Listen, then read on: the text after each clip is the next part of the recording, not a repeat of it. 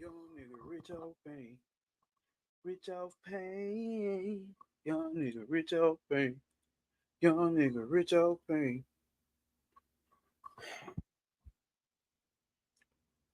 I guess we finally alive.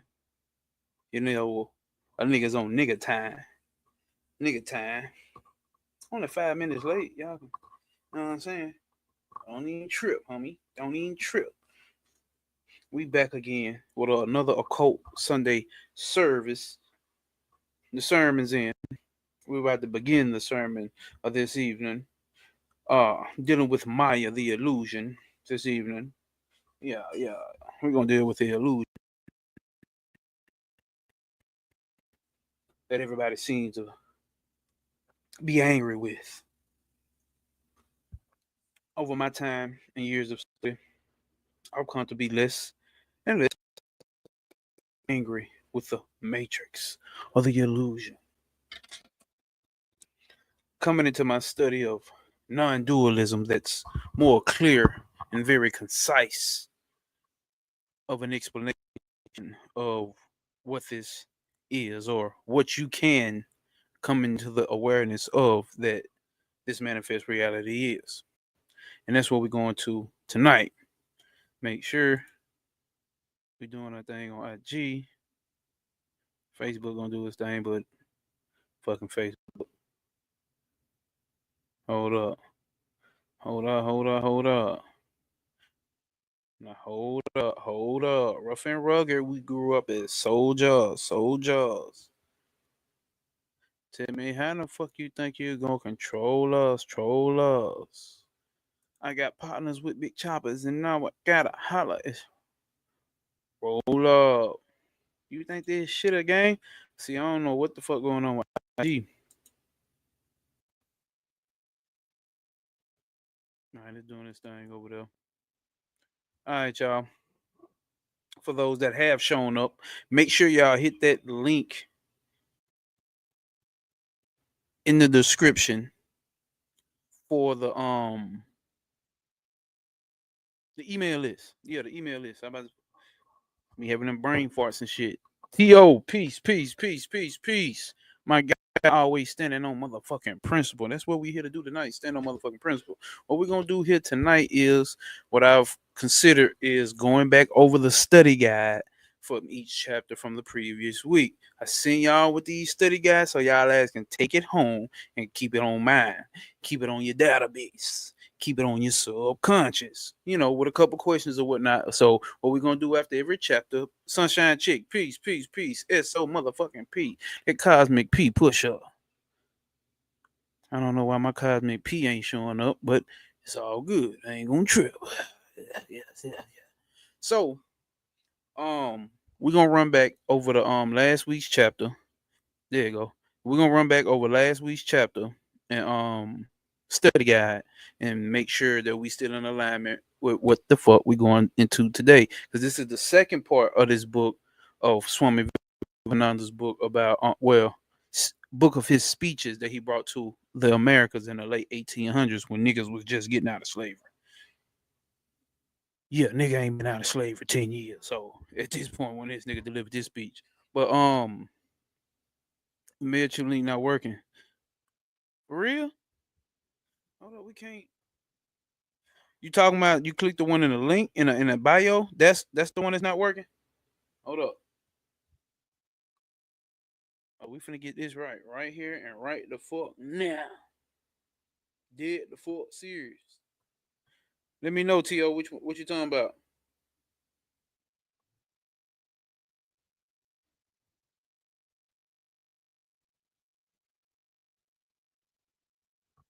Let's see here. Yeah, the one in the description. Okay, because I think I. All right. Let me go on and fix that. Let me go on and fix that. Are we sitting here? Give me 1 second, y'all, so I can fix this before we go over the actual fucking shit. I gotta have that right in the bio.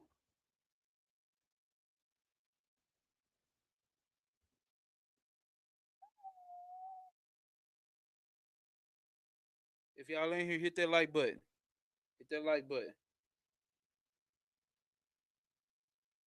So, oh, okay, I see what it is. It got half of the goddamn link in there. That's why. Boom. Check it now, To, or somebody check it and hit me back in the chat. Let me know if the link working now. It should be working now. And then I'm gonna post it in the chat. Let me post it in the chat and pin it.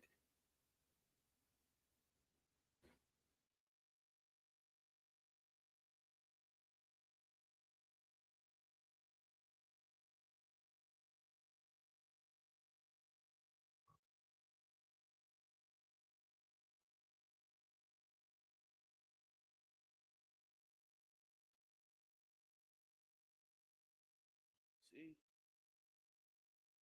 Yeah, ain't let me get down.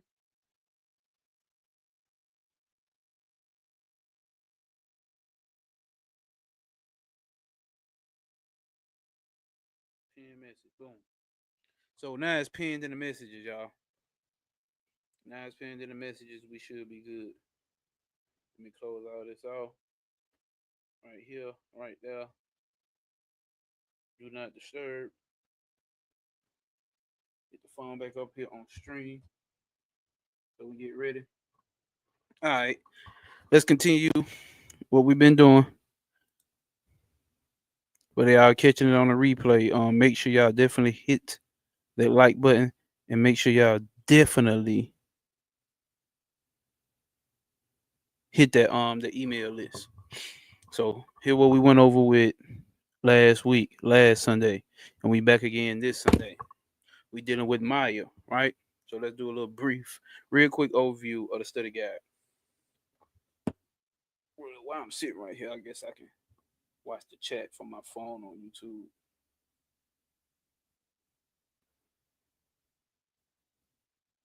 Shit.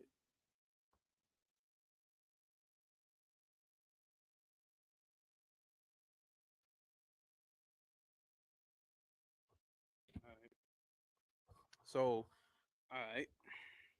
So the nature of Maya, the veil of the unseen, right? Because this is what Maya is. It's a veil. It's a limiting force, especially if we get into the Samkhya Darshan type philosophy, right? It's a limiting force. It's a force of limitation. What is it limiting? It says the nature of Maya, the veil of the unseen, the false understanding of Maya. The ignorant believe Maya to be a mere illusion, a dream without consequence, a trick of the mind. This is a grave error. Maya is not simple unreality.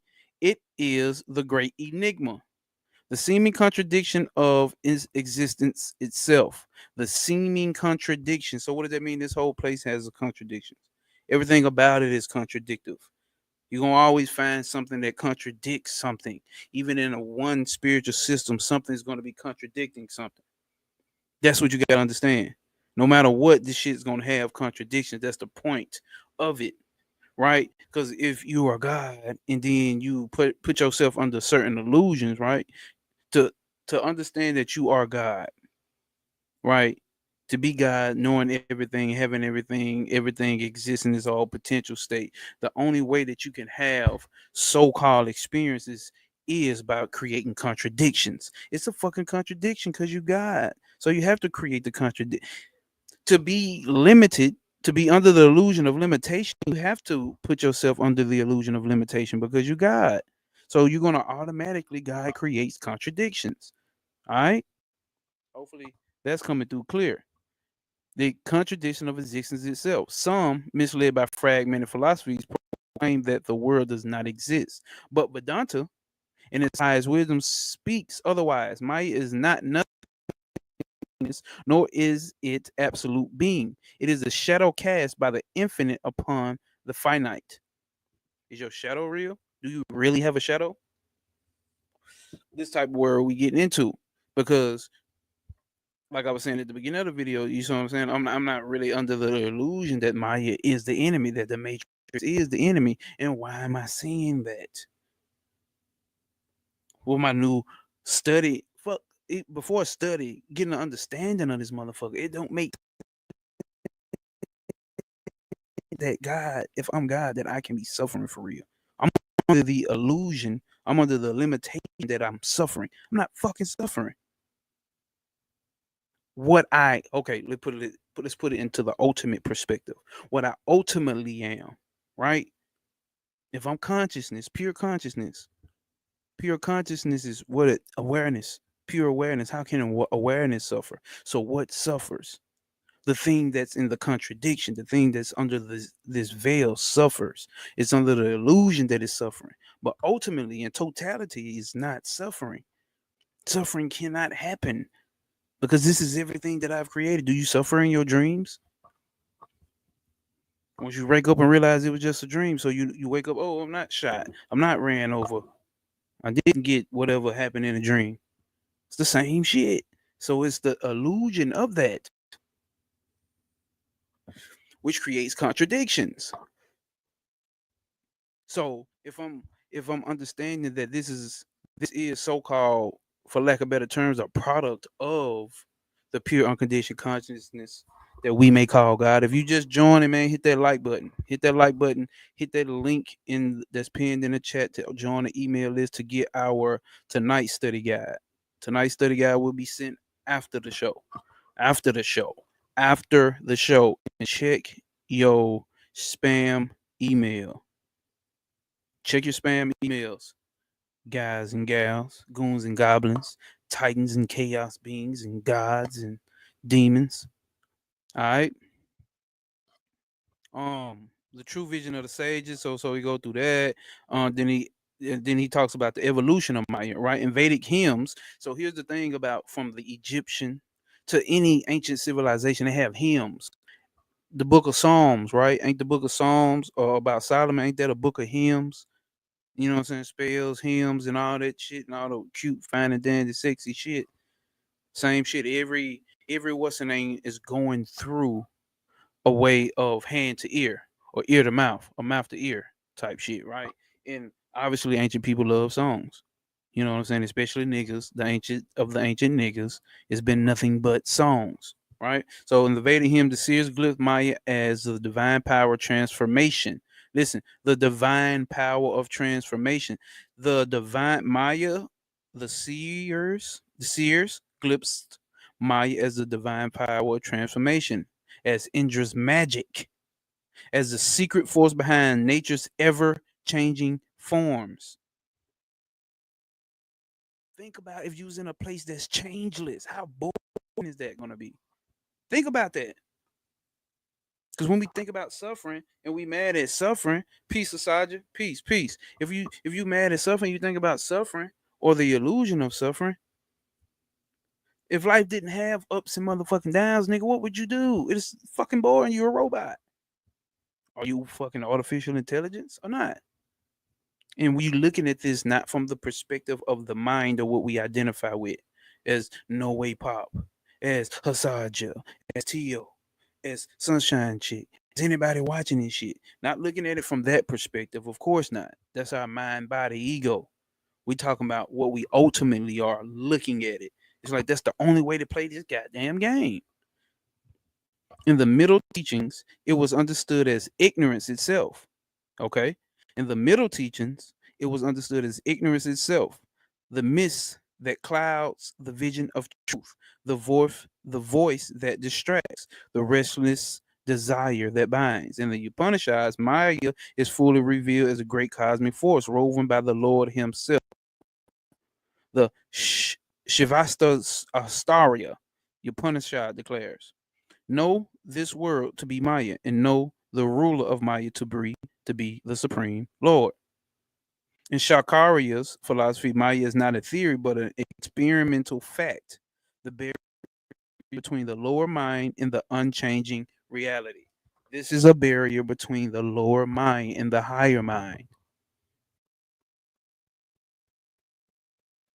So once you evolve into your higher mind, your higher self, your Atman, your Krishna, your Christ consciousness, that made some motherfuckers leave.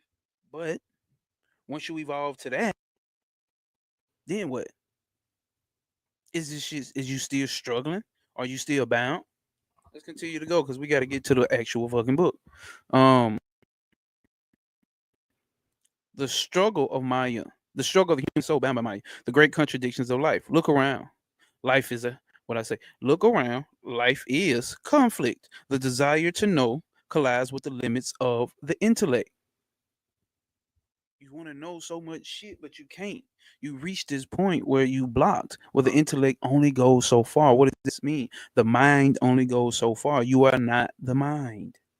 Yes, the universe is mental, but that's a limitation. The universe has a limit. I keep telling you, it's not infinite. It has a limit. It's infinite for what it can do for the human mind and the ego, but what's beyond that is pure consciousness. I don't want to get too deep into that because I said I got a video coming on that. But the limit of the intellect, the impulse. Hold up, damn, shit popping on. The impulse for self-preservation clashes with the call to selfishness. Youth is blinded by hope. Old age is consumed by. Hold up, this shit is in my way. Move. Old age is consumed by regret. These contradictions are not accidental. They are the signature of Maya. The tension between the unreal and the real. All right. Yeah, we're not gonna read all this, but because y'all got all this, right? We're just going over a little bit what was talked about last week, so we can get into this week. Because we're going to talk about God in Maya. What's the connection between God and Maya? What's the connection between generator, operator, and destroyer and Maya? You are caught in the river that never ceases, the waters of pleasure and pain, of attachment and loss, of ambition and despair. Sweep all beings along without pause. No pause, no diddy. There's not no diddy in this. You're getting swept by the sweet waters. Empress Divine, peace, peace, peace. Appreciate you for showing up, standing on P. And if you have not joined the email list, please hit that link that's pinned in the comments. Get on the email list. Right now, we're going over the study guide from last week's chapter. So tonight, after the show, you will receive another study guide of the chapter. All right. What you call stability is but a brief stillness before the next great wave. So everybody talking about I want stability in my relationship, stability in my life, stability with my job, stability with my business. Yeah, you only got it for a certain amount of time until that shit is gone again. And then you gotta hustle back up and try to get it again. Then it's gone again. Then you gotta hustle back up, get it again till it's gone again. There's a trick to this and overcoming this. This is what we're here to do the spiritual work of. This is what we're here to do spiritual work of, but I'm not going to go too deep into that. This is Maya, ceaseless motion, an illusion of permanence amidst the fleeting or the fleeing, same thing. So this is what Maya does. But like it's one said it was a battle between the higher mind and the lower mind. So if you're tapping more into your higher mind, you tap into a higher level of non-attachment. Non-attachment just doesn't mean anybody can leave me and walk away. I don't give a fuck. You got to think about it. You attached to your emotions. Yes, you is. You attached to what you identify as. Oh, I'm this type of nigga. Oh, I'm this type of bitch. You attached to that still. Oh, I'm a Cancer. I don't do that type shit. Oh, I'm a Gemini. I don't do that type shit. Oh, I'm a real bitch. I'm a fake. I'm a real nigga. I'm a street nigga. I don't do this. You know what I'm saying? You still got attachments.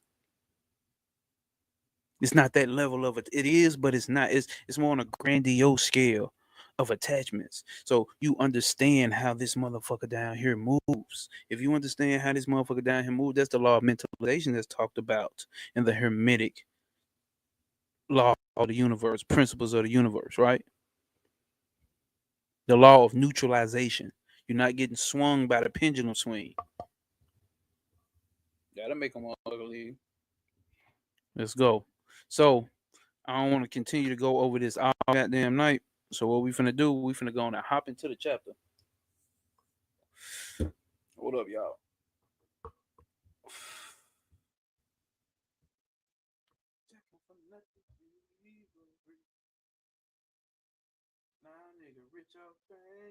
Young nigga rich off pain. Young nigga rich off pain. Rich off pain. Young nigga rich off pain. Let my screen catch up.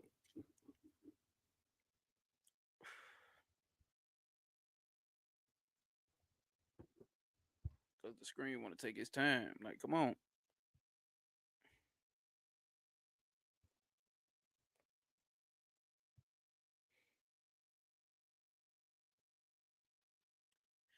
It's really the program I be using, bro. All right, there we go. Shit.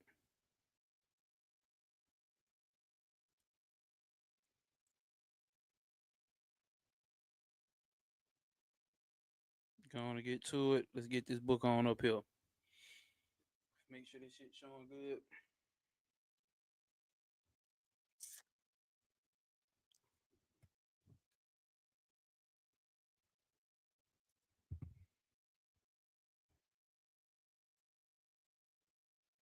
Oh, that shit showing so little.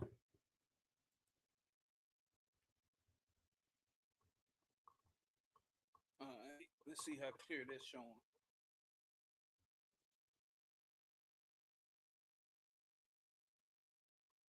See, nah, that ain't gonna work. I got to get my goddamn self.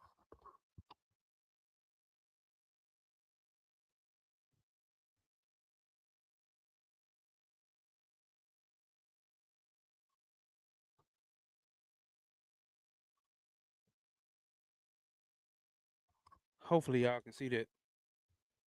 But let me get my pen and a highlighter out.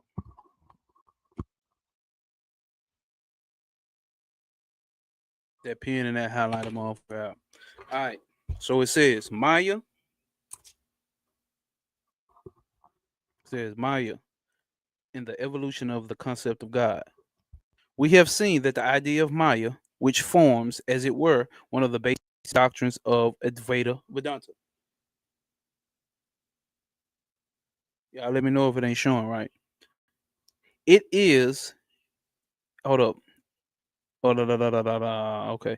We have seen that the idea of Maya, which forms, as it were, one of the basic doctrines of Advaita Vedanta, is, in its germ, found. That shit echoing on like that. I can't do shit about that, can I? Shit. All right. And then found in the Samhitas, the Shmitas or Samhitas, in that in the reality, all the ideas which are developed in the Upanishads are to be found already in the Shmitas in some form or another. Most of you are by this time familiar with the idea of Maya and know that it sometimes erroneously explains as an illusion. And hence, when the universe is said to be Maya, it also has to be explained as being illusion. The translation of the word is neither happy nor correct. Maya is not a theory. Hold up. Maya is hold up, let's highlight that. Maya is not a theory. Hold up, y'all. I don't want to get in the way like that. Maya is not a theory. It is a statement of the facts about the universe as it exists. And to understand Maya, we must go back to the Semites to begin the concept of the germ. Let's see if it's showing up. Damn. It looks like it's blurry. Hold up, y'all. Is it blurry? Shit look rather blurry, brother. I don't know if y'all can see the motherfucker.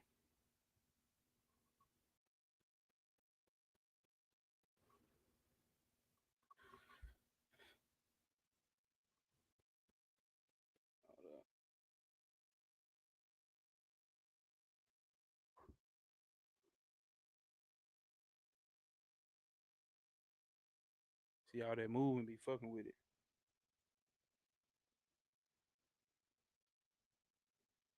Somebody let me know if it's showing up. There you go. Kim, I got to get back in focus. All right.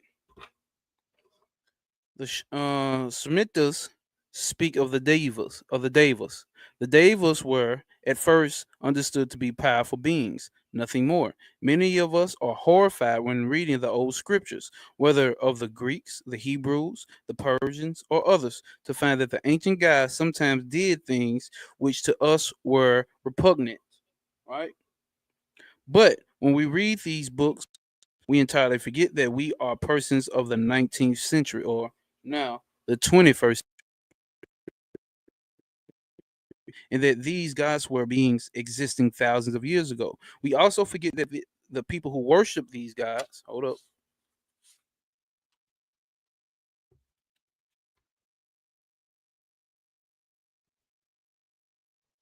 See, I'm gonna have to, goddamn, zoom out because I need to get up in there. Yeah, I don't know how that's gonna work out, partner.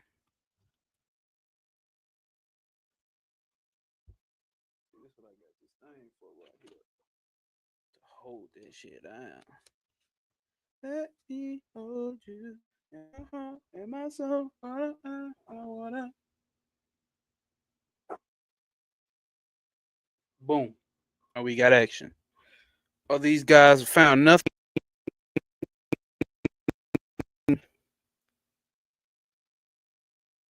encouraging us and their characters. Found nothing to frighten them because they were very much like themselves. And those old guys that were spoken about were like the guys of the were like the human beings of that time. I may also remark that is the one great lesson we have to learn through our lives. In judging others, we always judge them our own ideas, right? That others, hold up, that is not as it should be. Everyone must be judged according to his own ideal and not by that of anyone else. In our dealings with our fellow beings, we constantly labor under this mistake. And I am of opinion that the vast majority of our quarrels with one another arise simply from this one cause. Think about all the wars, think about all the beefs you got. You judging somebody else, you don't like somebody else from your standpoint of your idea of what way things should be. That we are that we are always trying to judge others' gods by our gods, others' ideas by our ideals, and other motives by our motives. Under certain circumstances, I might do a certain thing, and when I see another person taking the same course, I think he has also the same motive.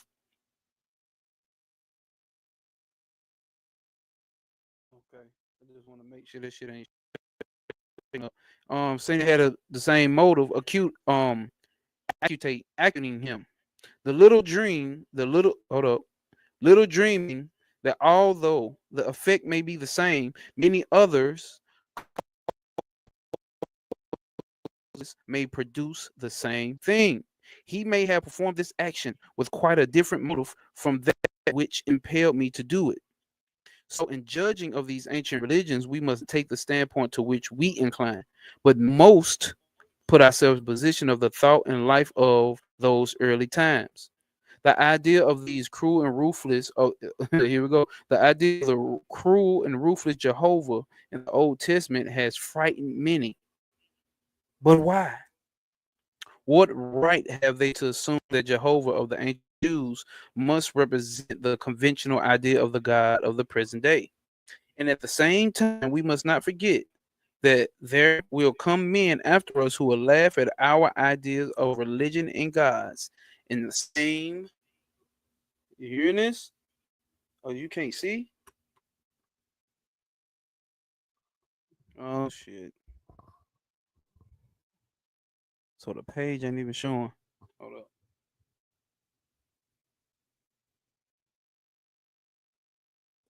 Am I showing up on the screen?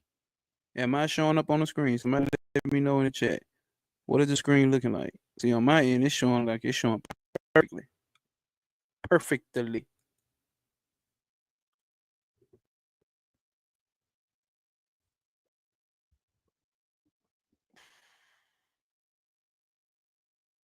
I don't know. If you on IG, you definitely need to be on YouTube. Because I can't see no comments on IG.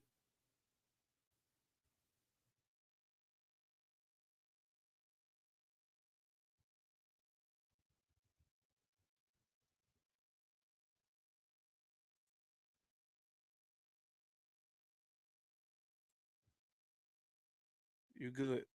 You good for all clear. Okay.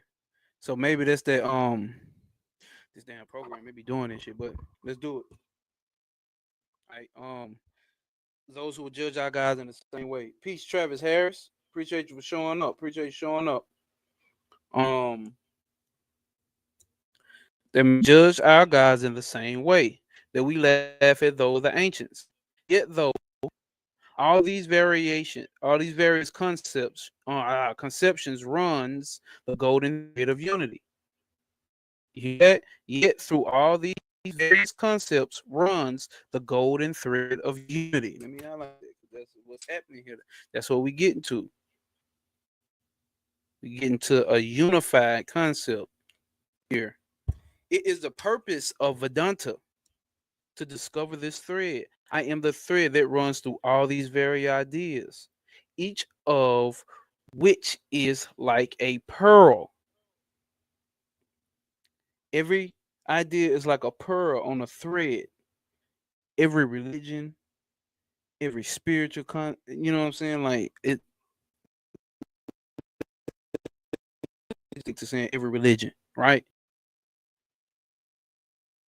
And it is the duty of Vedanta to establish this connecting thread. Sounds just like what occultist is supposed to be doing. The occultist is supposed to be behind the hidden, the apparent. Sounds like to me. However, incongruous or disgusting may seem these ideas when judged according to the concepts of today. So it don't matter what a motherfucker doing. These ideas in the setting of pastimes were really not hideous, no, or not hideous. On the contrary, they were harmonious. See, you got to understand you're going through cycles in this time, in this day and age. What we doing today is going to be old news in the year 3001. It's going to be old news. It ain't going to make sense to do the way that we do magic today. It's not going to be the same way that they do magic 1,000 years down the line. The same way that they did magic 1,000 years ago shouldn't be the same way that we doing magic during this time. These ideas in the setting of past times were really not hideous or not hideous. On the contrary, they were harmonious. It is also we try to take them out of their setting and apply them to our present circumstances that the hideousness becomes obvious. Why am I not highlighting?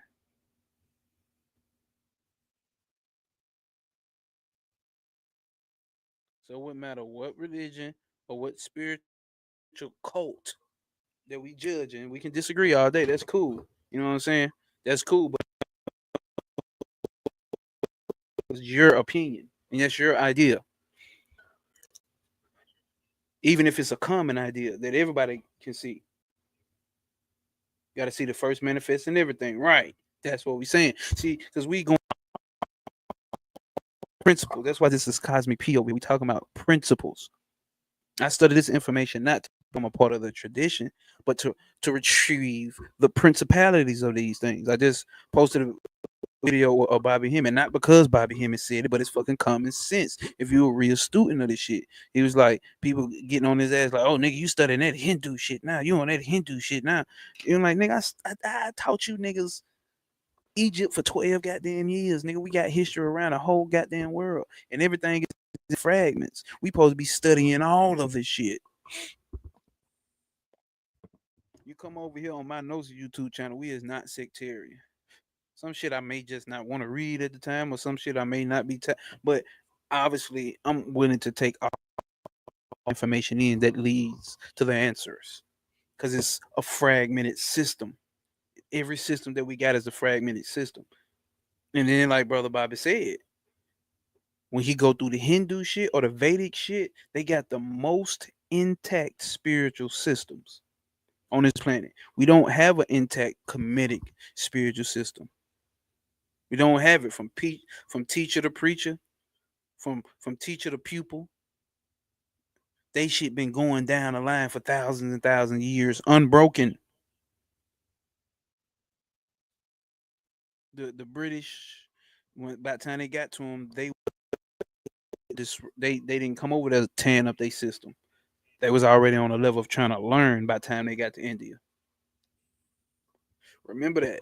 But it's the most unbroken. Not saying it's still not shit missing, because they'll tell you it's still shit missing from the Upanishads and all that shit. But that's besides the point. Is do we want spiritual realization of the earth? Ask yourself that. Do you want that ego boost? Do you want that mind body ego boost to be a king and queen again around this motherfucker? Or are you trying to go on to this next level? Let's see. For the old hold on. For the old surroundings are dead and gone, just as the ancient Jew has developed into the keen modern sharp Jew. And the ancient Aryan into the intellectual Hindu. There go the Aryan.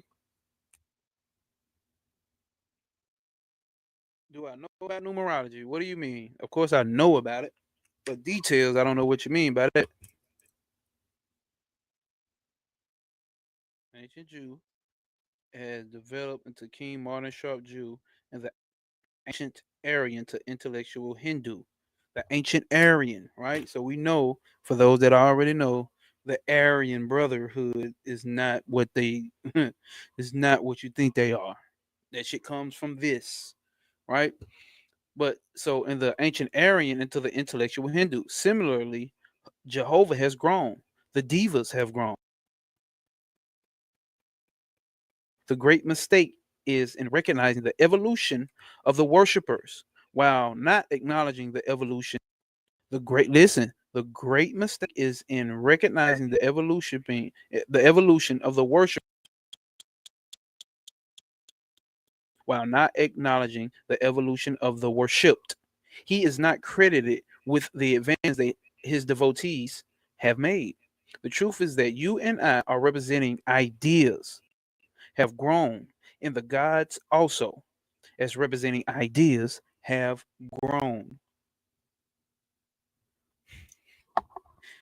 Your elementals are evolving because that's what all these gods are. They're elementals. They evolve as you evolve. As humanity evolve, our concept of God evolves. I was just reading for I'm getting ready for another presentation type video on here, and I was reading is it Gerald Masses? Gerald Masses the Genesis book, the book where you talking about the book of Genesis, not the book of Genesis out the Bible, but um what is he talking about? Natural Genesis, right? So he going through the Egyptian text and talking about like it's some description about was the Egyptians monotheistic or polytheistic, and he was saying like no, it started off polytheistic and it's coming to, and it's starting to evolve into the one. So, but we can go back to pre-dynastic shit as well, where it started off as the one and then turned into the many, and then it goes back to the one again, which lets you know cycles of evolution of the humans down here. So you got to pay attention to that. That's why we are coaches. We got to deep dive and study all this. What's the name? Because as you go through evolution concepts of whatever we call the divine gods, and then the one God, they start to evolve and change. When I say start, the concepts start to evolve and change. The concept on the intellectual level of the human being starts to evolve and change, and how we worship or how we interact with these elemental spirits. Let me say that.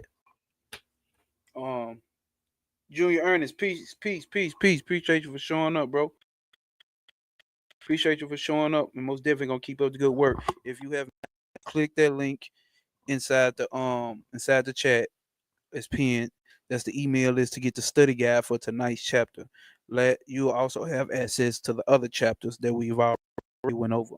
So click that link, and I always send out chapters after each until y'all motherfuckers stop using it, because I get to see you click and open up the motherfucking link and get the PDF and access it. So right now, it's a high percentage. Everybody that's getting the study guide is actually clicking and downloading the study guide. So we're gonna keep going with the study guide, right? Let's finish. The great mistake is in recognizing the evolution of the worshipers while not acknowledging the evolution of the worship. He is not with the advance that his devotees have made. The truth is that you and I, as representing ideas, have grown, and these gods too, as representing ideas, have grown. This may seem somewhat curious to you that God can grow. Hmm,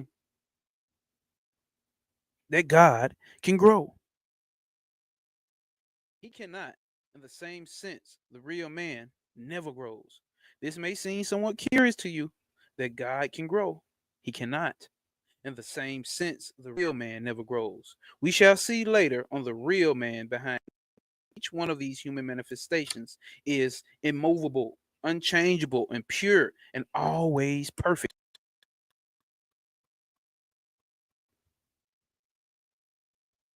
I don't want to jump ahead of myself. I wanted to say something, but as the tangible man is only an appearance, a partial manifestation of the real man. So the idea we form of God is a creation of the mind. Amen.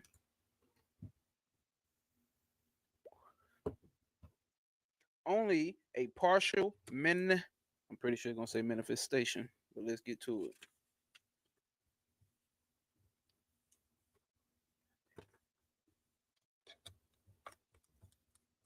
So remember who created God? You is a human being, or did God create the human? Let's see how clear that shows up.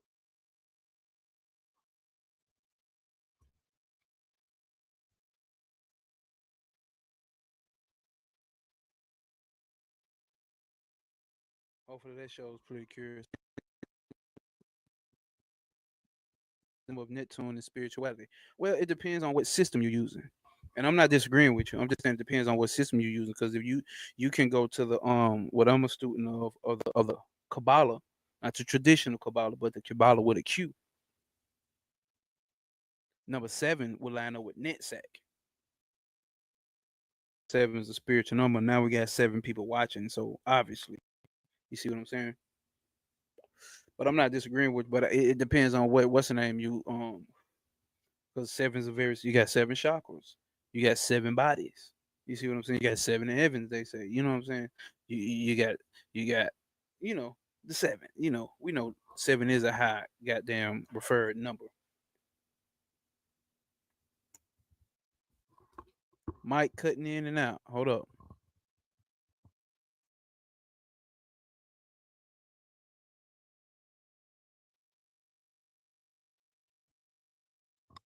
What about now? How's the mic doing? How's the mic doing? Let me check IG while we over here. Y'all let me know in the chat how the mic is sounding. Technology, boy, I tell you. I might sign up for Starlink Wi-Fi. Instagram page is unresponsive.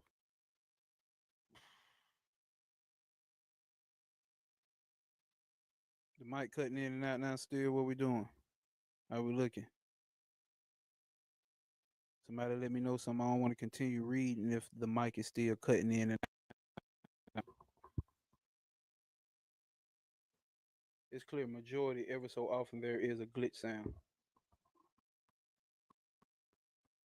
Appreciate you, Sadie's as fuck. Oh, that's Mercedes. What's going on, fam? Um, so hopefully, but y'all, if y'all see it cutting up in the chat, if it's cutting up, let me know so I don't continue and the shit don't work and y'all ain't hearing it. So it's a manifestation. Behind that is the real God who never changes, the ever pure, the immutable.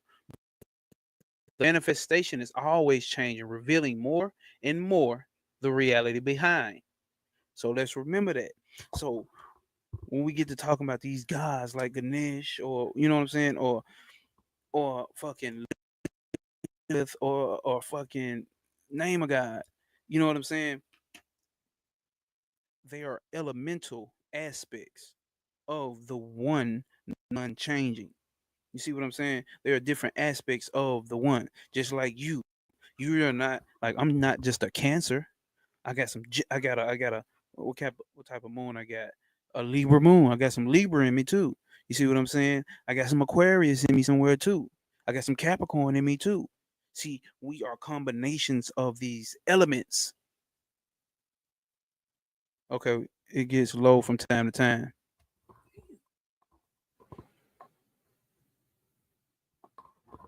What about now, niggas? Cause am I coming through? There's a nigga coming through clearly and loud. There's a nigga coming through clearly and loud.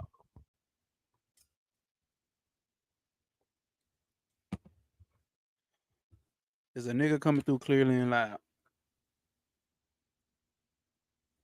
Is this better? Is the question. I'll wait for a response. Don't mind if I do. Okay, Sunshine Chick say we good. Sadie says facts. Okay, okay, okay. Um, like this dope though. Like shout out to Sadie's because you know what I'm saying. I'm not gonna get too personal on here, but she's from my hometown. You see what I'm saying? There's not too many from my hometown that's even interested in this type of shit. So I'm always excited to see somebody from my hometown because everybody here comes from all over the goddamn world and watch this video. So I'm very excited to see somebody who's interested in the knowledge of self, especially from my hometown, who I know personally. You see what I'm saying? So big shout out to you. Big shout out to you for being into the information that gives you more self-awareness about your true nature. And obviously everybody that's here as well. Oh, that didn't make some of you niggas leave, did it? Lame, man. Let's go. All right. But the manifestation is always changing, revealing more and more the reality behind. When it reveals more of the fact behind it is called progression. When it hides more of the fact behind it, it is called retrogression. Excuse me. It is called retrogression. Thus, as we grow, so the gods grow. What have we been saying? As I evolve, the elementals around me evolve. As I evolve, the gods evolve. The lowercase g, gods, they evolve. Understand that. Because they are you. Ain't that what we heard from Bob? You are the gods. So what does that mean? God evolves. Let's go. Thus, as we grow, the gods grow. From the ordinary point of view, just as we reveal ourselves as we evolve, so the gods reveal themselves. We shall now be in the position to understand the theory of Maya. So now we get into to get to a position to get an understanding of Maya. All the why am I not highlighting that whole part? This whole thing really needs to be yeah. So we shall now be in the position to understand the theory of Maya. All the religions of the world raise this question. Why is there disharmony in the universe? Why is there this evil in the universe? We do not find this question at the very inception of primitive religious ideas because the world did not appear courageous or conjurous, did not appear incongruous to the primitive man. Circumstances were not harmonious for him. There was no clash of opinions to him. There was no antagonism of good and evil. Do y'all hear that? To him, there was no antagonism of good and evil. I gotta highlight that.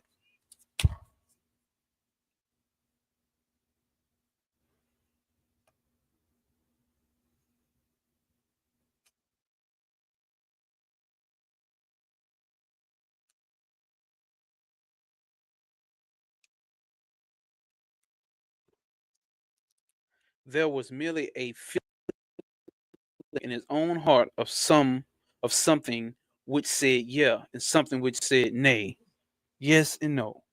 So what is it? What is it talking about? We talking about straight intuition, straight intuitive mind of the spiritual of the people of the past. So that's when we get into talking about the farther we go back, how advanced they was.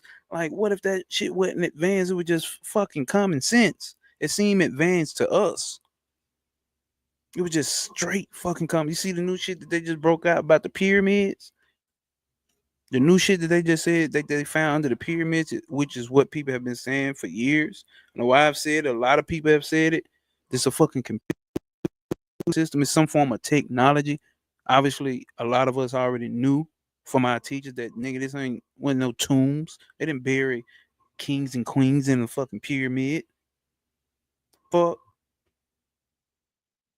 what if back then during those times building because pyramids are all over the world here in America and China, Peru, God damn it, Mississippi, Alabama, Canada, South America, Central America, Europe, Russia, like pyramids everywhere. What if it's just as common as a fucking light pole is? What if it's that simple? It was just common fucking sense. What if it's just that normal? What if the pyramids wasn't that fucking extraordinary? What if? I'm not saying the fact. I'm saying what if you take because we looking for what did we just talk about at the beginning of this chapter? How we take our concept and ideas and place them onto everything else and look at it from our point of view of somebody like me who's born in the 90s. My view on what advanced and my view on what intellectual and my view on what super high end technology is.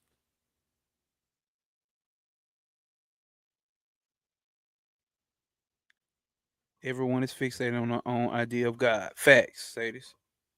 Facts. And then they go against everybody else and their concept of God. It's like, no, we gotta see the thread amongst the pearls. You see what I'm saying? We see the thread that connects all of these pearls together. All of these pearls are religious traditions or or these different gods. Let's just say that for lack of better terms. It's a thread that connects all of them. That oneness, which I know he's gonna get into, right? There was merely a feeling in his own heart of something which said yeah and something which said nay. The primitive man was a man of impulse. So now actually we're talking about instead of intuition, now we're talking about impulses, which is god damn it. I forget the word that quick. It'll come to me. Instead of impulses, is another word we use for impulse. But now it's gonna kill me. Instinct. There we go. Instinct. Right? He did what occurred to him. He tried to bring out through his muscles whatever thought came into his mind. He never stopped to judge and seldom tried to check his impulses. So, with the gods, they were also creatures of impulse. Are you hearing this? Let's get that. He never stopped to judge and seldom tried to check his impulses. So, with the gods, they were also creatures of impulse. Indra comes and shatters of the demons. Jehovah is pleased with one person and displeased with another. For what reason? No one knows or asks. The habit of inquiry had not then arisen. Just doing primitive. Why? Because man is an animal. On its base structure, the human body is a mammal, it's an animal. So what if all these gods and these ancient, and I know a lot of people ain't gonna like me for this, but what if? I'm not saying it's a fact, but what if all that shit that we talk about, this ancient Egyptian shit, or during a certain period, let's say that, yeah, natural instincts, yeah, biology instincts, yeah, right. But what if they wasn't that fucking advanced that we try to make them? What if we, when I say that, what if our teachers like Bobby Hemmett, Brother Panic, Phil Valentine, niggas like me, niggas like Travis Majors, what if we are building upon those blocks of what those ancient Kemetic Egyptians or whatever culture you decide to feel or that you linger more around? What if we are adding the advancement to those things? What if we are evolving those things? That's what he's saying here. What if we are evolving these concepts? What if we are evolving these gods, which we are, because we understand elemental spirits now, right? We understand thought forms. What if we are the ones evolving that shit? What if all that shit Bobby Hemming taught about Egypt, he was able to put together that the priesthood back then weren't even able to put together. Obviously, we got principles, but still, coming back reincarnating and being in a crowd and learning some shit that they did in their past, like some new shit about that shit. Like, damn, we didn't think about that back then. Zoom out, zoom out, zoom out. We talking about the human, right? Talking about the human mind. We know they were humans, right? The the habit of inquiry had not then arisen, and whenever he did, was regarded as right. Hold up, whoa, whoa, whoa, whoa, whoa, whoa, whoa. No one knows or asks. Okay, talking about Jehovah and Indria, right? The habit of inquiry had not arisen, and whatever he did was regarded as right. There was no idea of good or evil. The devas, other devas, did many wicked things in our sense of the world, again and again. Other oh shit, Indra, yeah, still showing. Indria and other guys, hit that like button, y'all, while y'all here. Indria and other guys committed very wicked deeds, but to the worshippers of Indria, the ideas of wickedness and hold up. Indria and other gods committed very wicked deeds, but to the worshippers of Indria, the ideas of wickedness and evil did not occur. So they did not acquire them. With the advance of ethical ideas came the struggle. There arose a certain sense in man, called in different languages and nations by different names. Call it the voice of God, or the result of past education, or whatever else you would like. But the effect was that it had a checking power upon the natural impulses of man. Ace in the place. Peace, peace, peace. Appreciate you for showing up and pushing this cosmic peak. There is one impulse in our mind which says, do. Behind it arises another voice that says, do not. There is one set of ideas in our mind is struggling to get outside through the channels of the senses. And behind that, although it may be thin and weak, there is an infinitely small voice which says, do not go outside. The two beautiful Sanskrit words for these phenomena are praviti, and nirviti. I think I got the path of victories and victories. Circling from ward and circling forward and circling inward. It is the circling forward which usually governs our actions. Religion begins with a circling inward. Religion begins with a do not. Spirituality begins, hold up. Spirituality begins with this do not. So spirituality begins with setting limitations. You don't like limitations, do you? Don't nobody like limitations. Don't nobody like having no structure. Men and women all around the world right now don't nobody want nobody telling them what to do. But hey, what I always say, my thing is, hey, everything doesn't need to be abundant. Limitations are needed. Limitations are necessary. Wise limitations are necessary. We can take it back to the map of the mind of God, aka the tree of life, aka the Kabbalah. If Hased keeps expanding, more evil and famine and disease keeps expanding, right? If it doesn't bring in Gibra to sever and place limitations to keep what we already have afloat, then what happens? So limitations have to be set. You don't want abundance in everything. Do you want abundance in AIDS? Do you want abundance in a cold? Do you want abundance in whatever the fuck? Do you want abundance in everything? No, you don't. You know shit needs to have limitations. So don't be afraid of limitations. When the do not is not there, religion has not begun. And this do not came causing men to grow, despite the fighting gods whom they had worshipped. A little love awoke in the hearts of mankind. It was very small indeed, and even now is not much greater. It was at first confined to a tribe, embracing perhaps members of the same tribe. These guys loved tribes, and each god was a tribal god, the protector of the tribe. And sometimes these members of the tribe would think of themselves as the descendants of their god. Are you hearing this? So when you're going Yoruba, you're going Egyptian, when you're going Native American, when you're going Indian, like I got back here, you understand. But see, you want to step into a higher level of understanding because these guys are elementals built up around their tradition and their culture. You have to understand that. Unless you're going in to look for the principal fact that's behind the god Ganesh. There are other gods over here in America, in the ancient America, other guys over in Egypt that line up with the same god based upon principle.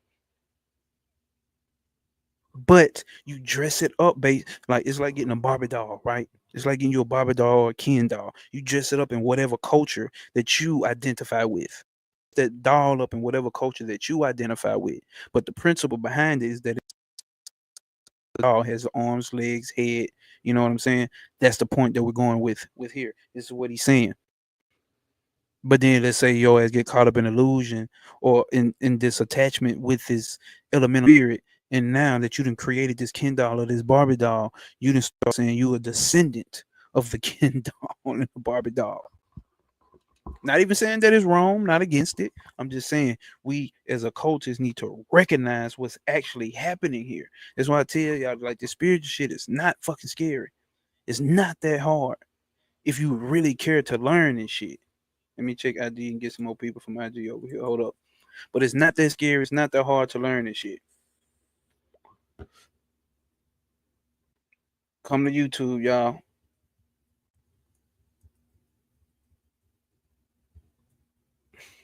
Hold up.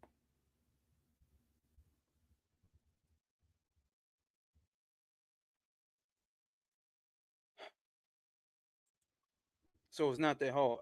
Human like to strangle the line of need and wants. Facts. Facts. That's what humans like to do. You know what I'm saying? And that's pure instinct of us. You see what I'm saying? We're supposed to, and that's what the so-called religion. Remember, speaking in the late 1800s, right? We don't want to call it religion, but whatever the fuck floats your boat. That's where that comes in. It sets limitations, so you don't fall back to your animalistic nature of impulses, and you go to this higher level of God realization. And sometimes the members of the tribe would think the descendants of their God, just as the clans in different nations think that they see. And this is how you get to talking about these guys over here are evil. Wonder if that's what he's gonna go to. Your clan got your set of guys, and the guys that you in a clan beefing with got they set of guys. You see what I'm saying? And now they become the evil guys. That's how Set became evil in Egypt. The priests start beefing with the pre-dynastics. And the pre-dynastics is said to have went to India. The pre-dynastic Egyptians is said to have went to India.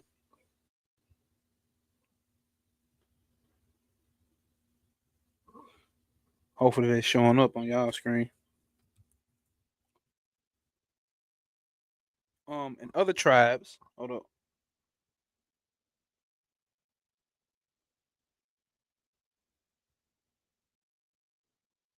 Travis Harris says whatever that was and is created in Maya or the illusionary is itself illusionary. Damn what it said. And the other tribes are the common descendants of the man who was the founder of the clan. There were in ancient times, and there are even now, some people who claim to be descendants not only of these tribal gods, but also of the sun and the moon. You read in ancient Sanskrit books of the great heroic emperors of the solar and lunar dynasty. They were first worshippers of the sun and the moon, and gradually came to think of themselves as descendants of the gods of the sun, of the moon, and so forth. So when these tribal ideas began to grow, there came a little love. some slight idea of duty towards each other, a little social organization. Then naturally the idea came: how can we live together without bearing and forbearing? How can one man live with another without having some time or other to check his impulses, to restrain himself, to forbear from doing things which his mind would prompt him to do? It is impossible. Thus came the idea of restraint. The whole social fabric is based upon the idea of restraint. Think about that. The whole social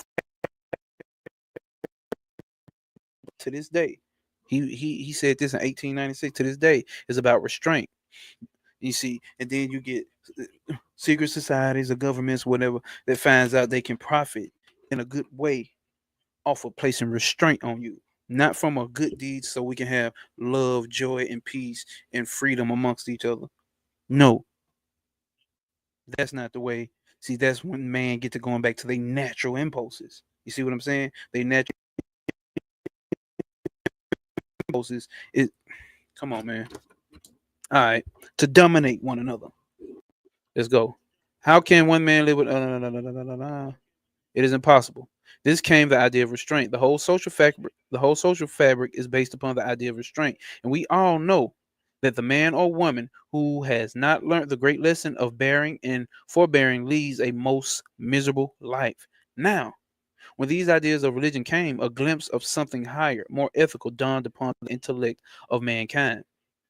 The old gods were found to be encouraged. How do you say that word, y'all? Incongruous. So the old gods were found to be incongruous.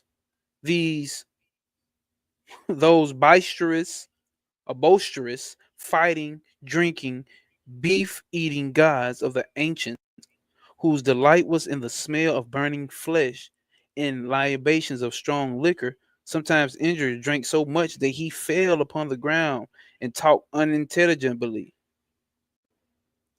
These gods could no longer be tolerated. The notion has arisen of inquiring into motives, and the gods had to come in for their share. Here we go. Here we go. The gods had to come in for their share of what? For their share of inquiry. The reason for such and such actions was demanded. The reason was wanting. Therefore, men gave up these guys, or whether they developed higher ideas concerning them. They took a survey, as it were, of all the actions and qualities of the God, disregarded those which they could not harmonize, and kept those which they could understand, and combined them, labeling them with one name, Deva, the gods of gods. You hearing this, y'all? She said, sounds like greed. Facts, did what they were just talking about. So the gods evolve as the humans evolve.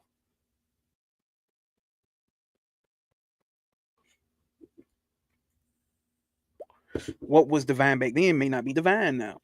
What's divine now may not be divine back then. That's why I keep telling people, keep like, oh, um, people fuck with me and they get to saying, oh, I thought you said sexy red was a divine feminine. I'm like, divine feminine is a principle.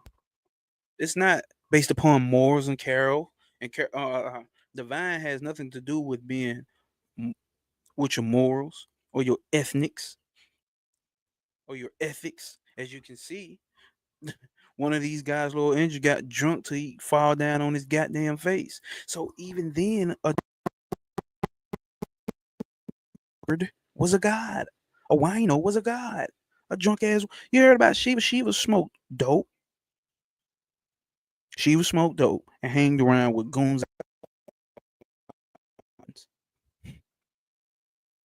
Shiva sat in a fucking cemetery covered with dead people's ashes, smoked dope, hung around in the cemetery, hung around with goons and goblins.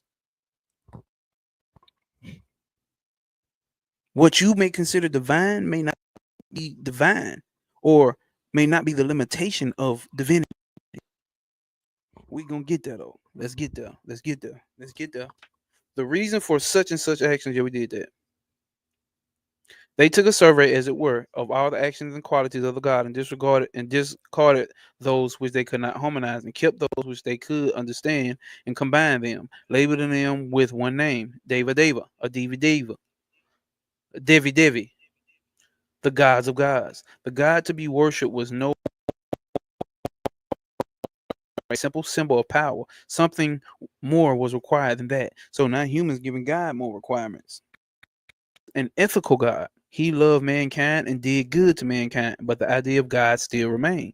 They increased his ethical significance and they they increased his ethical significance and increased also his power. He became the most ethical being in the universe, as well as almost almighty. But all this patchwork would not do. But all this patchwork would not do. As the explanation assumed greater proportions, the difficulty is sought to solve did the same. Hold up. As the explanation assumed greater proportions, the difficulty is sought to solve did the same. All right. If the virtues of God increased in arithmetical, geometrical, oh my bad, I skipped down the line. Increased in arithmetical progression, the difficulty in doubt increased in geometrical progression. God.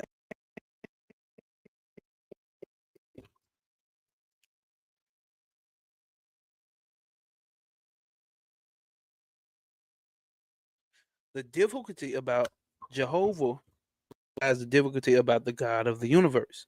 And this question remains to present day. The difficulty about Jehovah was very little besides the difficulty of the God about the God of the universe. In this question remains to the present day. Why, under the reign of an almighty and all loving God of the universe, should diabolical things be allowed to remain? Why so much more misery than happiness, and so much more wickedness than good?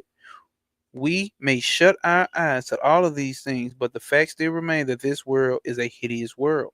At best, it is a hell of Tantalus.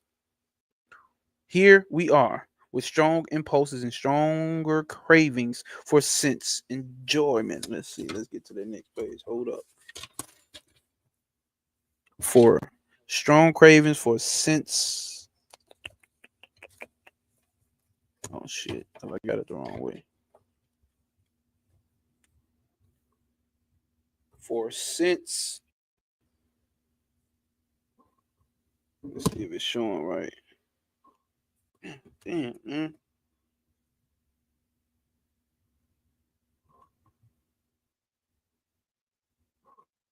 For sense enjoyment, but cannot satisfy them. There arises a wave which impels us forward in spite of our own will. And as soon as we move one step, there comes a blow. We are all doomed to live here like Tantalus. Further, the idea comes into our head far beyond the limit of our sense ideas. But when we seek to express them, we cannot do so. On the contrary, we are crushed by the surging mass around us. Yet, if I give up all idealism and lead a worldly life, my existence becomes that of a brute, and I debase and degrade myself. Neither way is happiness. Unhappiness is the fate of those who are content to live in this world as they are. That's where unhappiness comes from. Unhappiness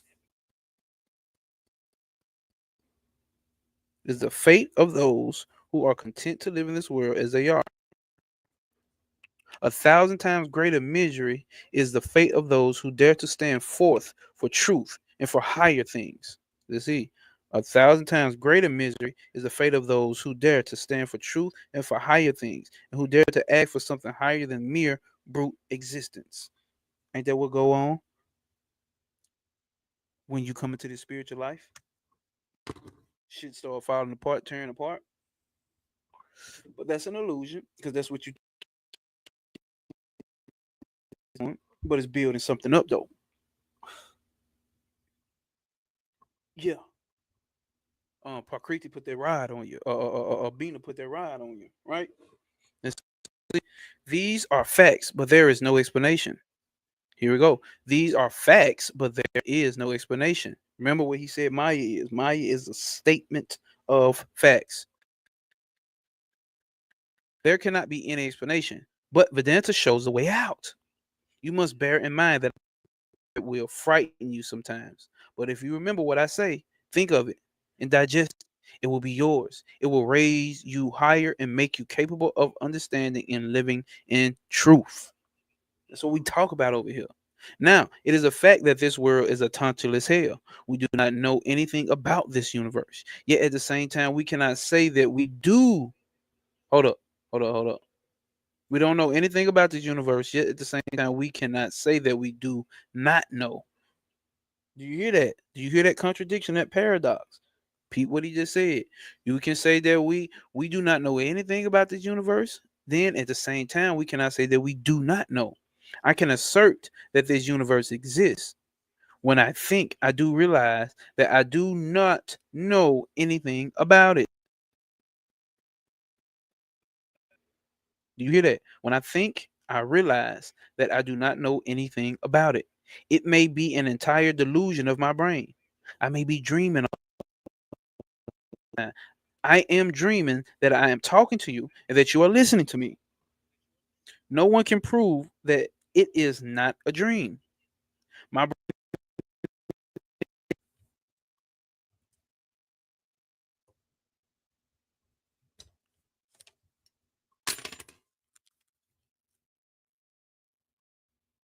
my brain itself may be a dream. It's showing.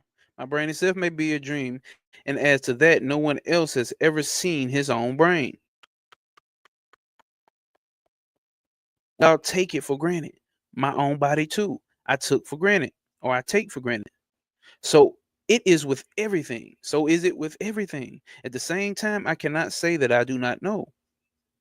This standing between knowledge and ignorance, in this mysterious twilight, the mingling of truth and falsehood, and where they meet, no one knows, is the fate of every one of us.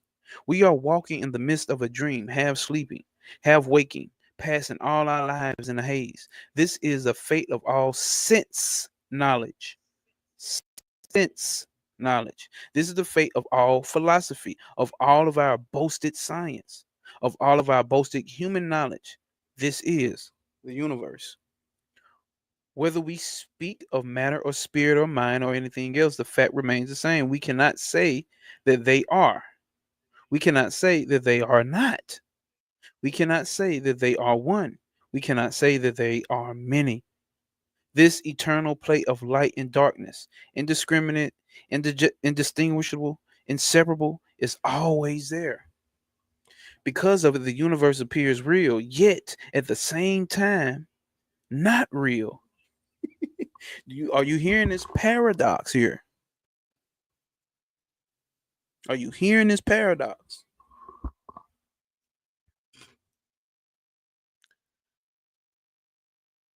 Because of it, the universe appears real, yet at the same time, not real.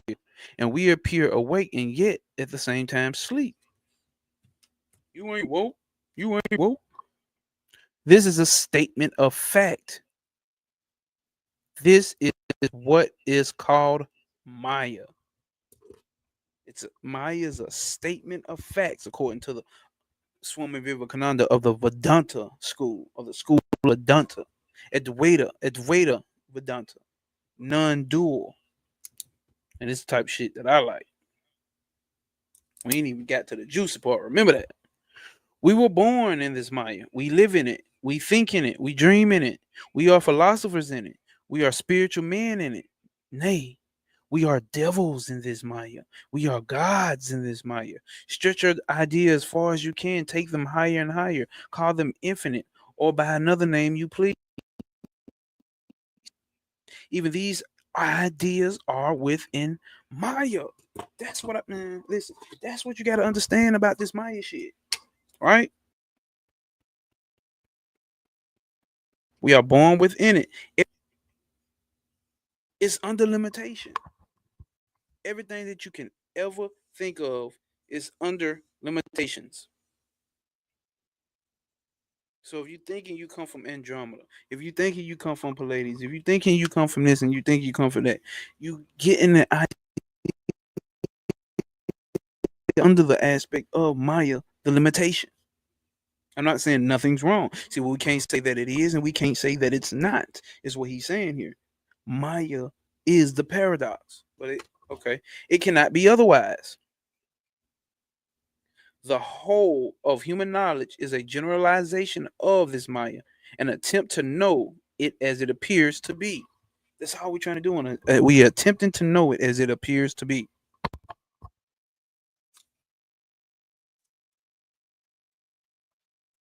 Hold up. Yeah, that shit don't look straight. Don't look straight, dog.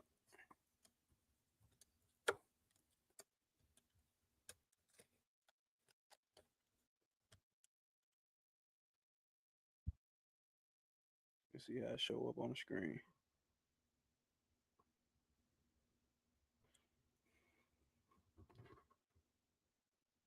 All right, that's the best it's gonna get. This is the work of Namarupa, name and form. That's what we live in, the world of name and form. Everything that has a form, everything that calls up an idea in your mind is within Maya. For everything that is bound by the laws of time, space, and causation is within Maya. Oh, I keep saying stardust, starseed, don't matter what you call it. God, no matter what you call it. And I'm talking about God is under the concept of Maya, which was what he called in the statement of facts.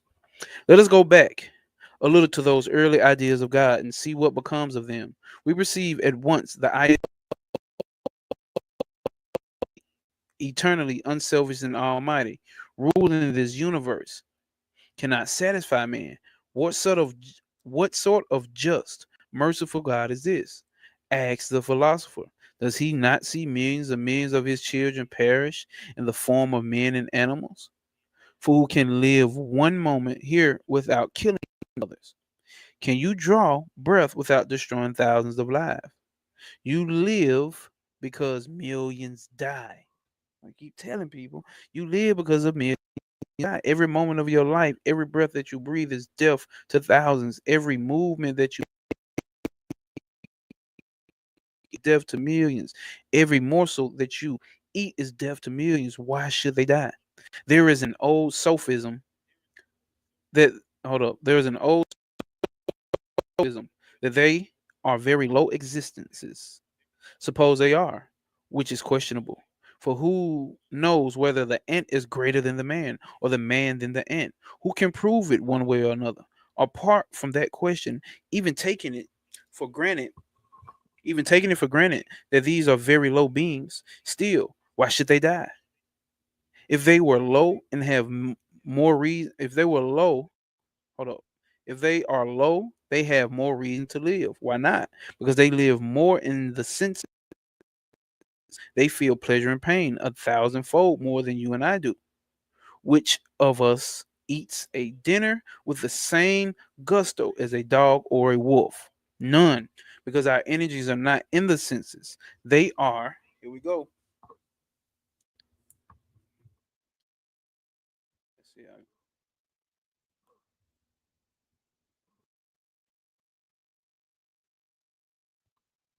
they are in the intellect, in the spirit. But in animals, the whole soul is in the senses. They become mad after sense pleasure and enjoy things with intensity. Hold up. They become mad after sense pleasure and enjoy things with an intensity which we human beings can never dream of. And the pain is, oh shit.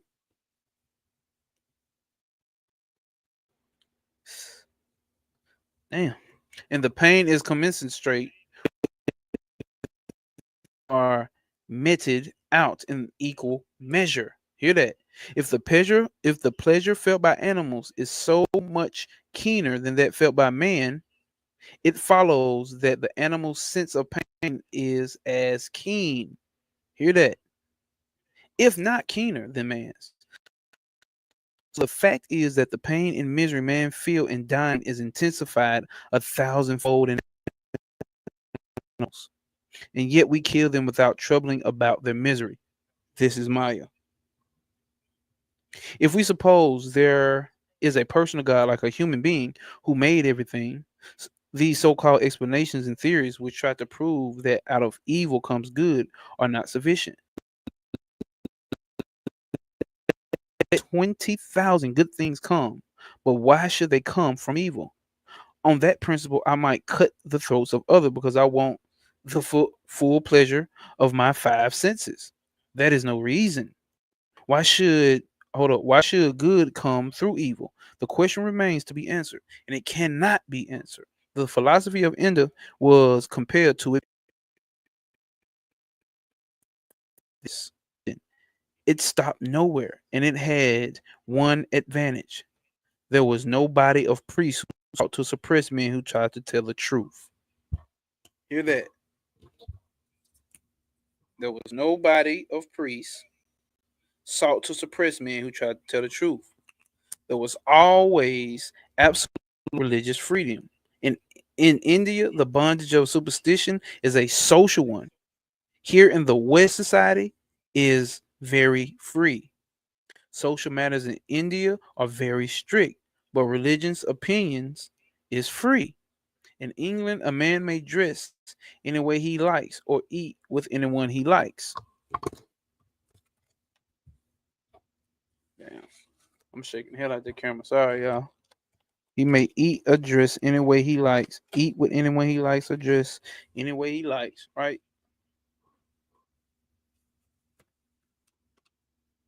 Anyone he likes. No one objects.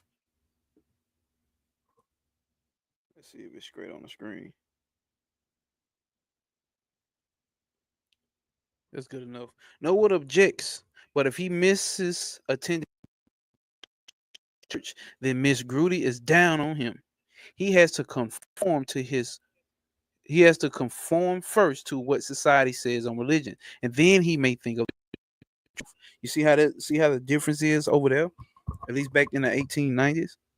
Over there, they strict on societal norms, right? On social norms. But when it comes to religion, oh, it's a very free society. You can disagree with this and you can disagree with that. You know what I'm saying? You can move how you want to do with your religious concepts. But you get over here to the West or in America, you see what I'm saying? You can't be free with your religious concepts, or especially during this time, the 1890s. We're in a different time now. You see what I'm saying? Or now you're more. Y'all get what we saying. Let's continue. He has to conform first to what society says on religion, and then he may think of the truth. In India, on the other hand, if a man dines with one who does not belong to his own caste, down comes society with all its trouble, with all its terrible power, and crushes him then and there. So they got caste systems, right? You a farmer, you deal with the farm. You a worker, you stay around workers. You a millionaire, you stay around millionaires. So you a high spiritual person, you stay around high spiritual people. We don't do that over here. You know what I'm saying? A millionaire and a hoe and a tech genius and a spiritual guru can all be in the same room and eat at the same goddamn table. Over here in America, we roll like that. That's what he's trying to get to.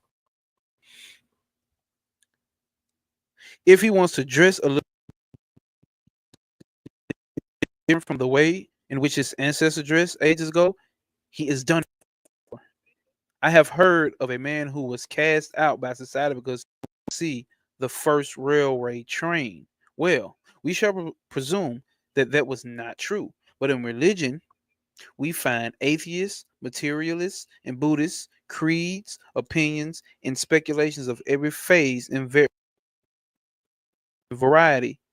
Some of the most startling character living side by side. Preachers of all sects go about teaching and getting adherents, and at the very gates of the temples of gods. The Brahmins, to their credit, be said, allow even materialists to stand and give forth their opinions. Huh? Somebody in the chat hear me? Buddha died at a ripe old age. I remember a friend of mine, a American scientist who was fond of reading his life. He did not like the death of Buddha because he was not crucified. What a false idea. For a man to be great, he must be murdered. Such ideas never pervaded in India. Think about that. Such Christ figures never were sacrificed and crucified in India. That didn't exist. That's a Western European type of concept of that.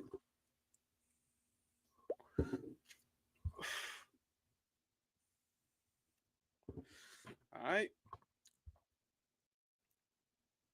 The great Buddha traveled all over India, denouncing her gods and even the God of the universe. And yet he lived to a good old age. For 80 years he lived and converted half the country. Think about think about the differences right there. There were in Shahavakyas, there were the Shahavakyas who preached horrible things, the most undisguised materialism, such as in the 19th century they dare not openly preach. Dare not openly preach this shit in the 19th century. The Shahavakyas were allowed to preach from temple to temple and city to city that religion was all nonsense, that it was priestcraft, that the Vedas were the words and writings of fools, rogues, and demons, and that there was neither God nor an eternal soul. If there was a soul, why did it come back after death, drawn by the love of wife and child? Their idea was that if there was a soul, it must still love after death and want good things to eat and dress nice. Yet no one hurt these Shahavakyas. You must remember that freedom is the first condition of growth. We in India allow liberty in spiritual matters, and we have a tremendous power in the realm of religion even today. You grant the same liberty in social matters and have a splendid social organization. We have not given any freedom in the expansion of social matters, and ours is a cramped society. He's talking to people in the West. Remember that. You have never given any freedom in religious matters in America, right? In the West. You have never given any freedom in religious matters, but with fire and sword have enforced your beliefs. And the result is that religion is a stunned, degenerated growth in the European mind. He's telling this, listen, he's in Europe telling this to these white folks' face. He telling this in their face. You have never given freedom in religious matters, but with fire and the sword have enforced your beliefs. And the result is that religion is stunned and degenerated growth in the European mind. In India, and you got to understand, black, whatever, white, pink, green, whatever you are, you live under a Western rule from Europe on over to the West, down to Mexico and all that shit. You have the European mind. In India, we have to take off the shackles from society. In Europe, the chains must be taken from the feet of spiritual progress. Then we come a wonderful growth and development of man. If we discover that there is a unity running through all of these developments, spiritual, moral, and social, we will find that religion in the fullest sense of the word, must come into society and into our everyday life. In the light of Adanta, you will understand that all sciences are but manifestations of religion, and so is everything that exists in this world. In society, we find two sets of opinions. Let's see, two sets of opinions. The one,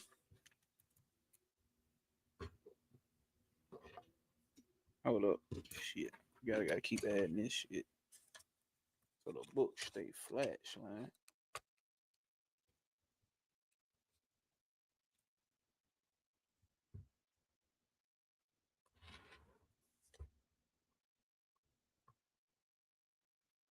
The one, denunciatory, and the other positive and constructive. It is a most curious fact that in every society you find them. Suppose there is an evil in society, you will find immediately one group rising up and denouncing it in vindictive fashion.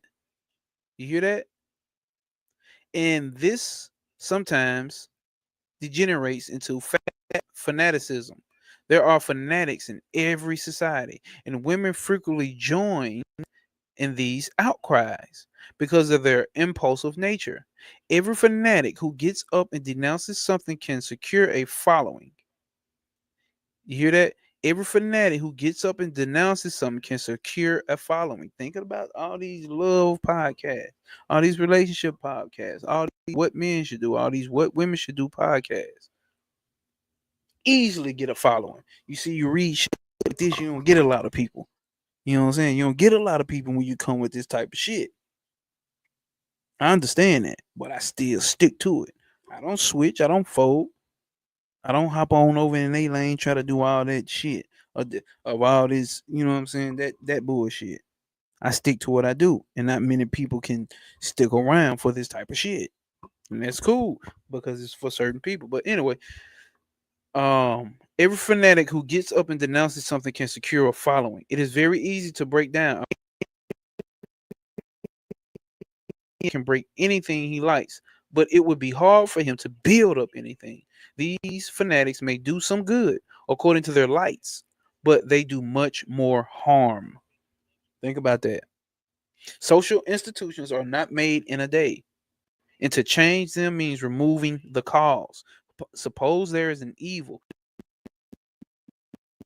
you must go to work at the root. First find out the cause, then remove it, and the effect will be removed also. Mere outcry will not produce any results unless indeed it produces misfortune.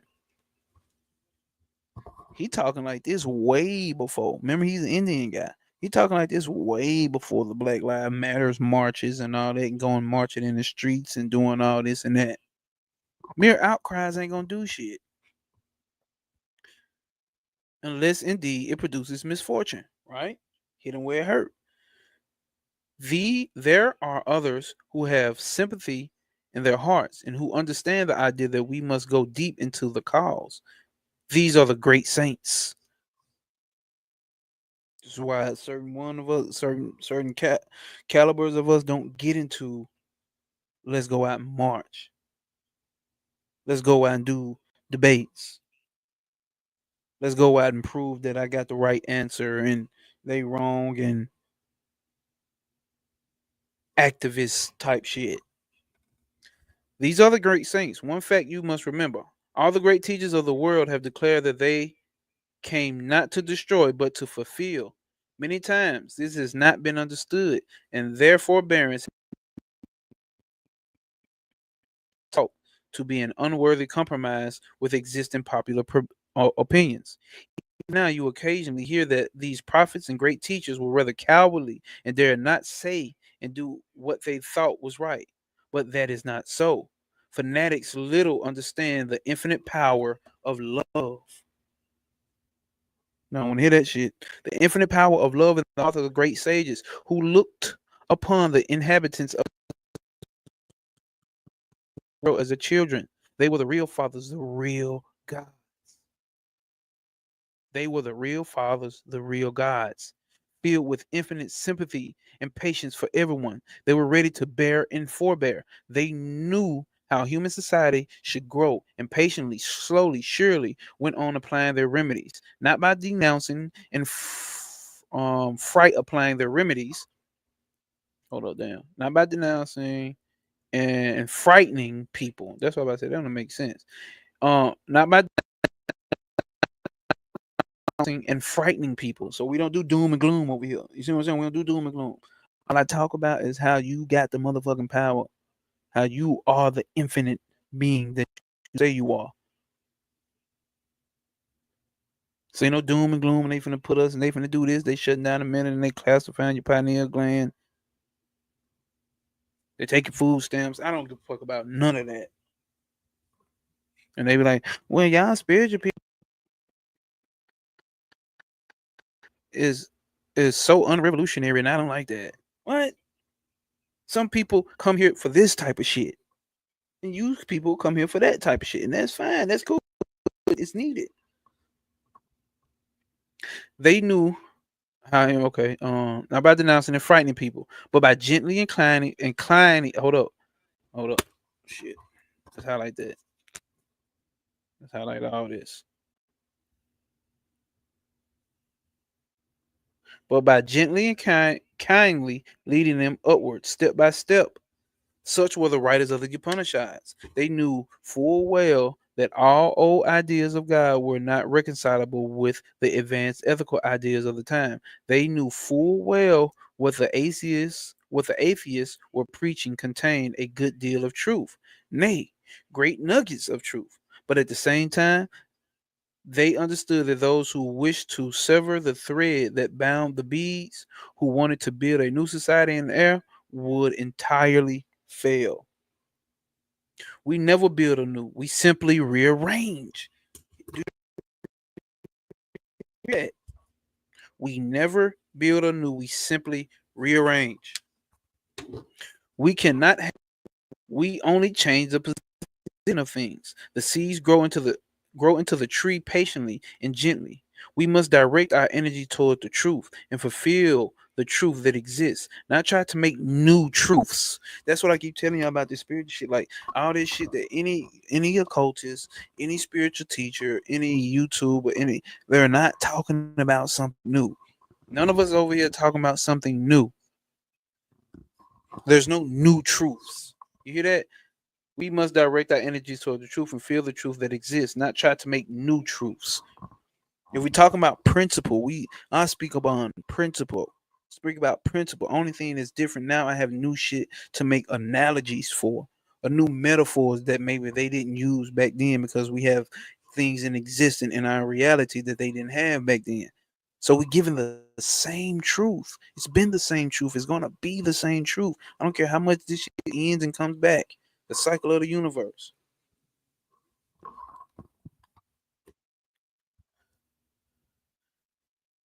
Not try to make new truths. I got posed to highlight that. Yeah. We must direct our energy toward the truth and fulfill the truth that exists, not try to make new truth.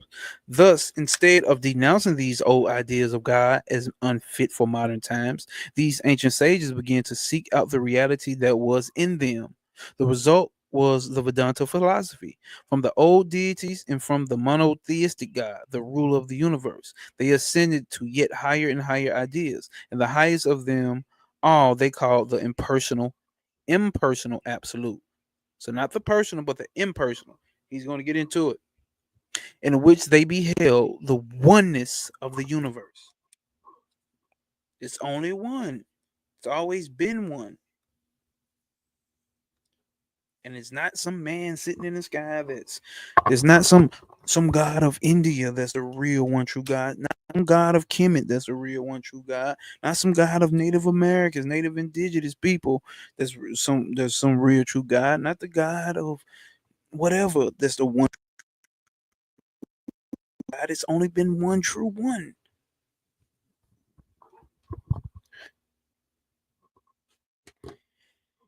He who sees is a world of manifoldness, that one. He who sees in this world of manifoldness, that one. Let's see. What are you gonna say? Oh, yeah, we at the end of the chapter already. Yeah, that's because y'all ain't talking in the chat. That's cool though. I ain't mad at you, Shauna. It's all love. Okay, let's see. That show.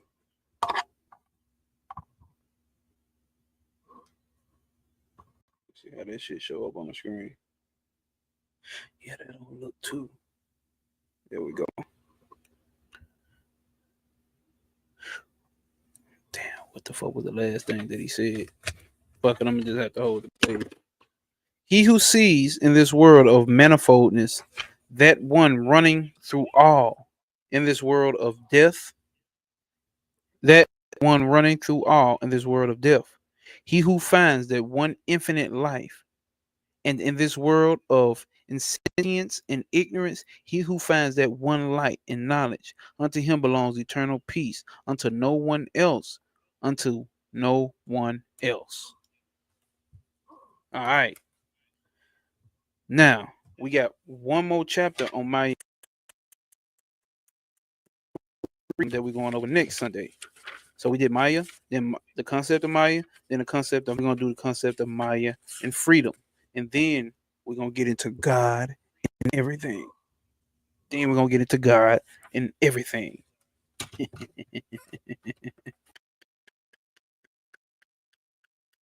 But today, what did we go over?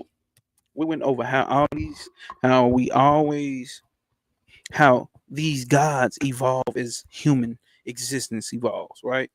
That's what we went over. How God evolves as human evolves. The personal gods evolve as humans evolve. So you get your Sekhmet, you get your Kali, you get your Ganesh, you get your Indriya. You see, you get your Quetzalcoatl, you get your Liliths, you get your Zarabanda. You see what I'm saying? You get your Baram Samdis. All these guys are nothing but elementals. They're a combination of elemental spirits, or a combination of earth, water, air, fire, and Akash. They are a combination of all of those because we are a combination of all those. Did God create man, or the man create the gods? Man created the gods with an S. Man created the gods, lowercase g. So, and we went over how we judge other people and they gods based off of our idealism. I'm going to judge, not literally, but I'm going to judge a guy off of how the way I see shit in 2025 versus what it was 2025 years ago. Society has already put its impression on me.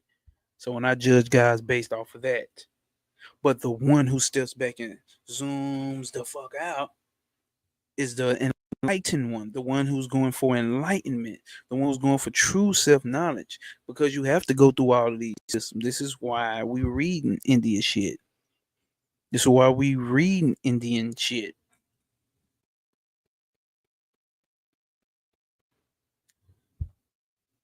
We're not just sticking to Egypt. We're not just sticking to Yoruba.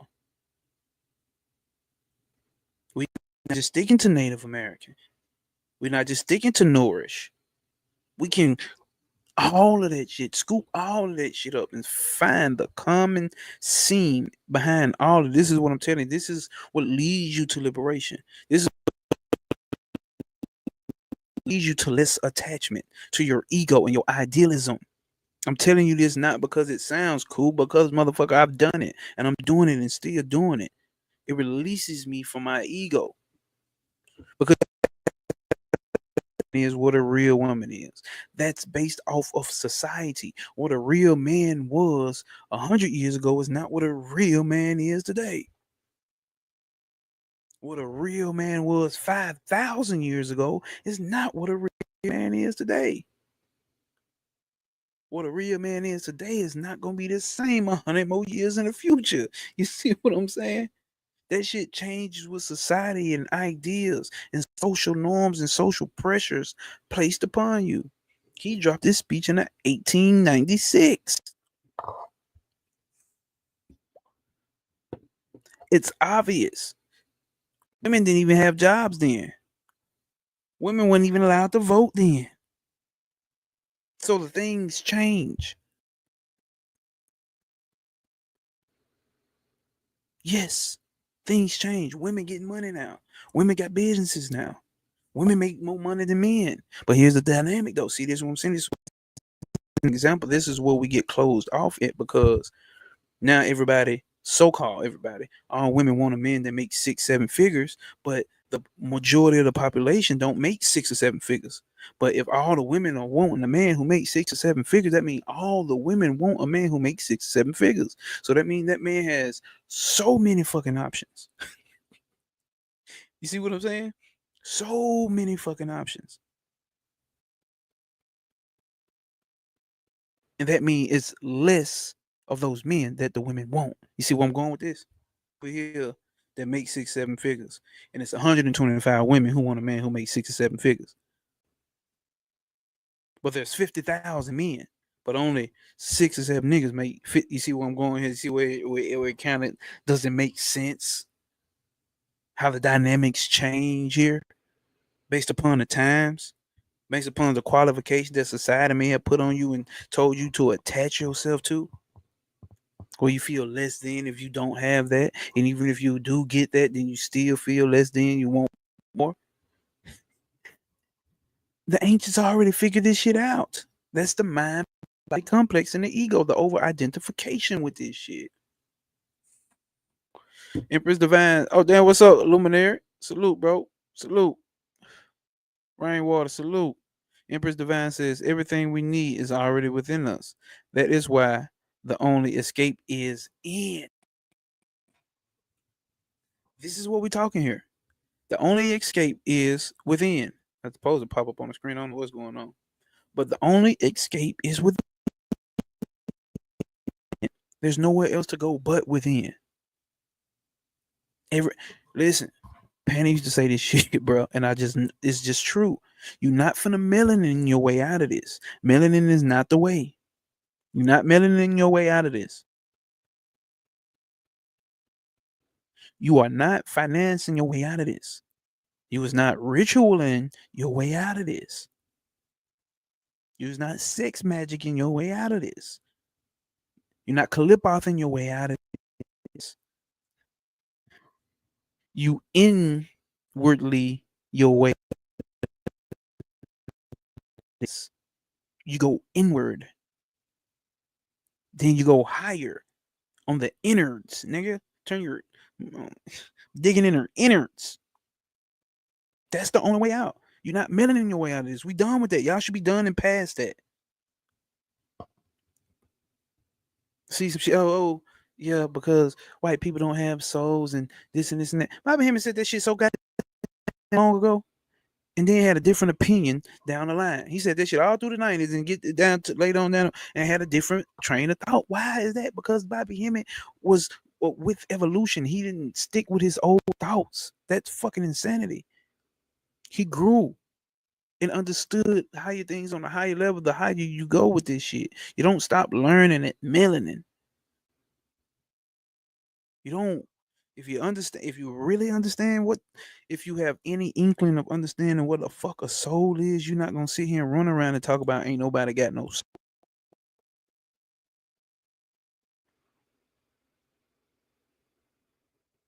You just should be worrying about your black ass and your soul, or your white ass and your soul,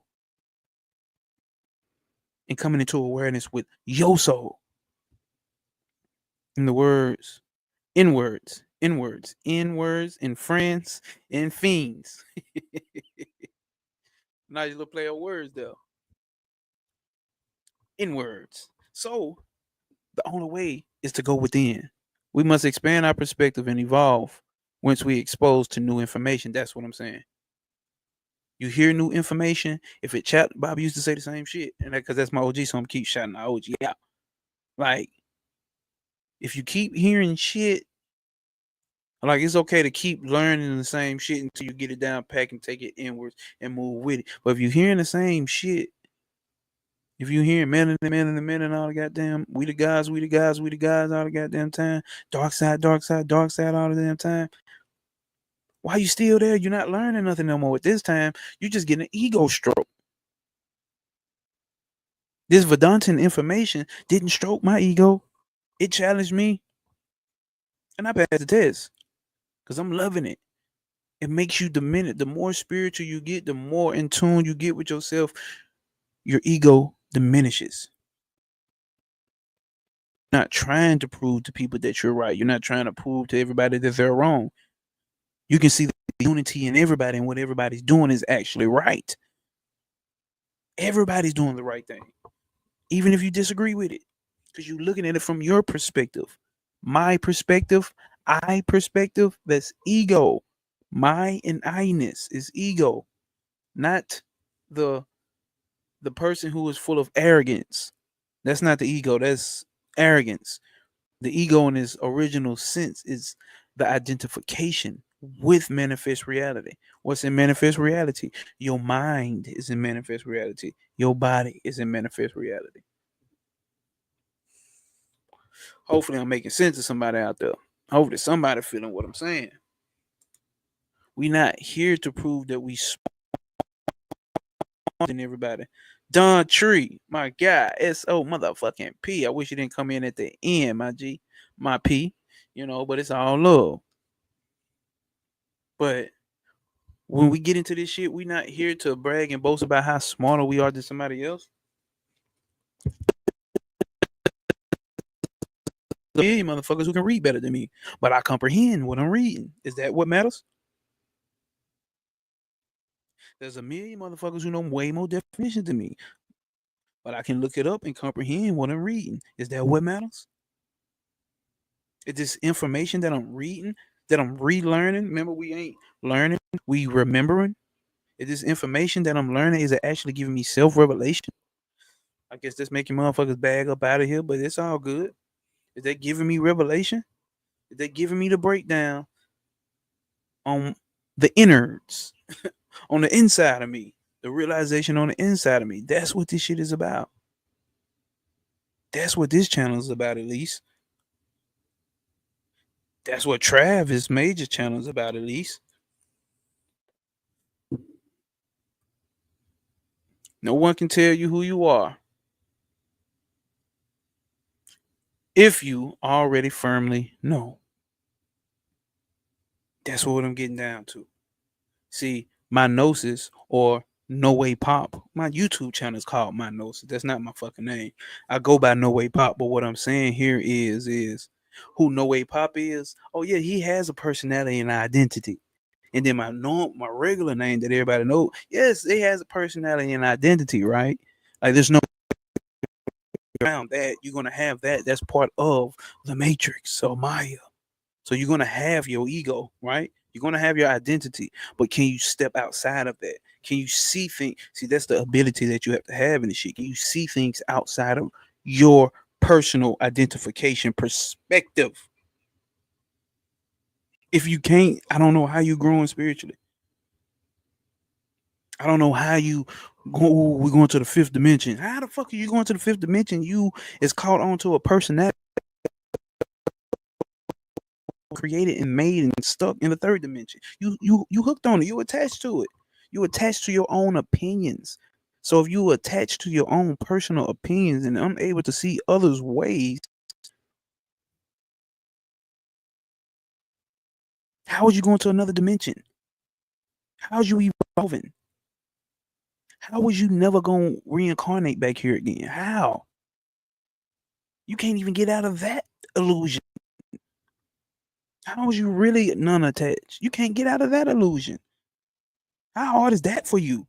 Real shit. Don't answer to me. You can in the chat, but I'm saying ask yourself that shit. I ask these are personal inquiries that I have with myself when I sit with myself. I can sit down with a strong worshiper of Jesus. I just had one conversation with one the other day.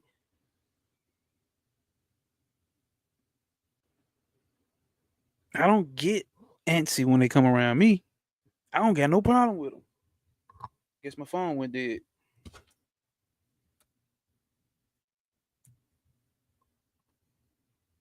Well, we ain't read no more no way. So I don't got no problem with them. How do you feel when you get around other people who don't have the same shit with you? How do you get around people? Can you adapt? Are you like water? Can you be like water? Are you adapt? What's my shit? Refine your standards, lower your expectations. Refine your standards, lower your expectation. Make your standards is standing on principle. That's what this shit is about here. SOP. Cosmic P. What's the cosmic P? The cosmic principle, the cosmic purpose. Are you standing on that? Okay, cool. Now refine your standards from how you think this shit is going to play out. What do we just learn about Maya? Maya is full of contradictions. Yes, there is only one God, and yes, there's multiple gods at the same goddamn time. At the same time, sound crazy, don't it? Truth. See, we stuck on truth being just one thing. That's not how this shit work. Truth is every damn thing. Truth is a whole bunch of shit. And there may be one ultimate truth, which is what everything and what everyone is. What your true nature is the ultimate truth. Everything else becomes fractionalized parts and bits of the truth. So the Christians got some truth.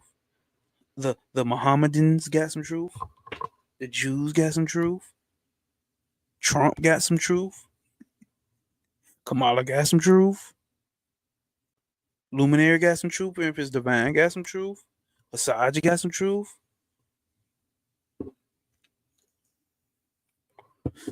Refine, yes, sir. Refine your standards. Lower your expectations. Empress Divine says each one teach one, right? And Daz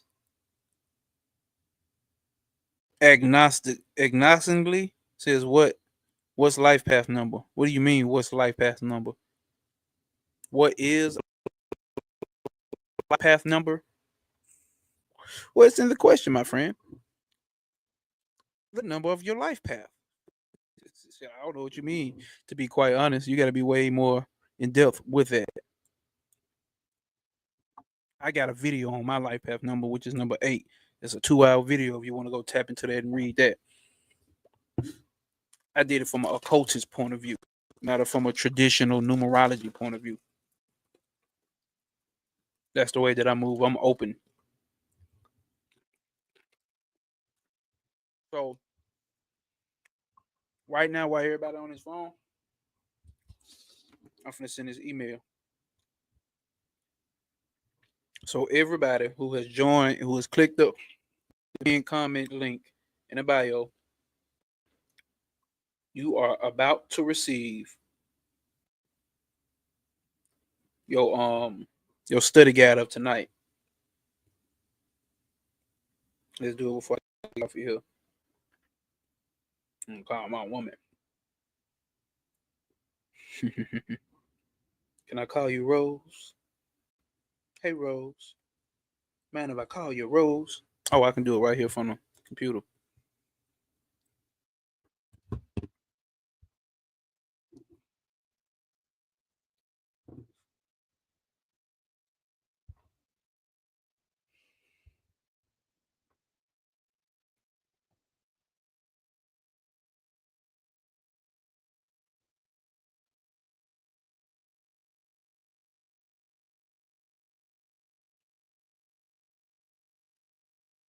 Boom. Everybody should be receiving an email. It has been sent out to all of you. There's about 50 of you. So you catching this on the replay, cool. But everybody should be receiving it. My life path. Go to my video. I got a video on life path. Check out my video on life path. Now more people showing up. Now more people showing up. Now more people showing up. Why y'all ain't been here? Why y'all ain't been here? Why y'all ain't been here? We need to talk that shit about Maya all day. Why y'all ain't been here? But yeah, I got a video on my life path. Go through my videos, bro. Got a video on my life path. Empty your mind. Be formless, shapeless, like water. That's what we talking about. That's what we talking about here. That's the spiritual path, right? That is a spiritual path. That is the one who's going for true self realization that he is or she is the one true God. And God is like the worst name that we can give it, but it's so easily known. You see what I'm saying? One is so easily known to make a correlation and relationship with of understanding. So we can use the terminology God. But everybody, y'all signed up for the email list. Y'all should have the study guide of tonight's chapter from that breakdown right there of that chapter. So unless y'all got something y'all want to talk about in the chat, what's been on y'all mind, I'm gonna go and get up out of here. Drop something in the chat. Y'all got something what's going on. Besides what's name asked me about my life path. Who has the most spiritual merit? I don't know if you're being a troll or what, bro. Because I don't know what you're talking about. Because the question is so kind of spaced out and vague as hell. I don't know what the hell you're talking about.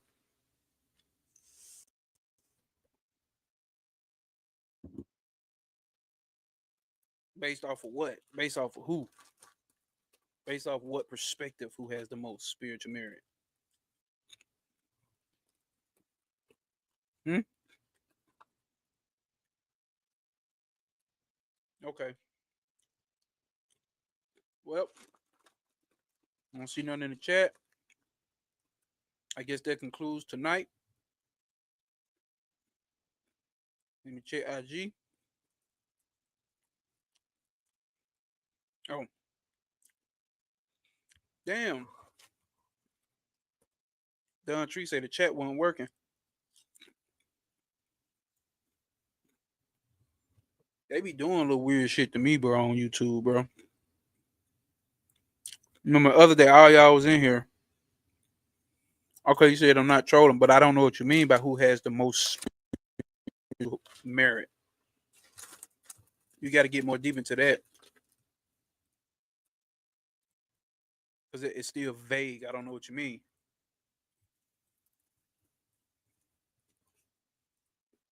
You should have the most spiritual merit.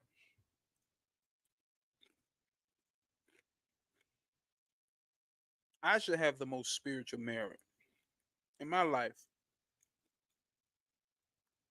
You know what I'm saying?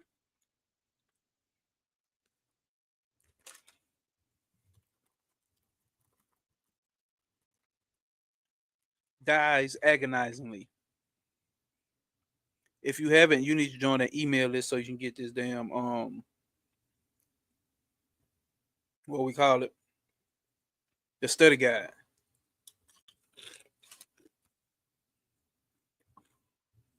All right, y'all. I don't want to talk to me. I don't want to say shit.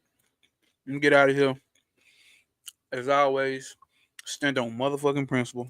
As always, no obstacles will apprehend you. Prosper over pain. There are no obstacles. Only opportunities to prosper over the motherfucking pain. The obstacle is an illusion. That's Maya. Maya is the obstacle. Creates the paradoxes. And that's an illusion. That's not real. What's real is the prosperity. What's real is the principle. What's real is the standard operating procedure. S-O motherfucking P. I need some SOPs in the chat before I end the live. Somebody drop a SOP. I ain't seen an SOP in a minute. Who's standing on principle with me?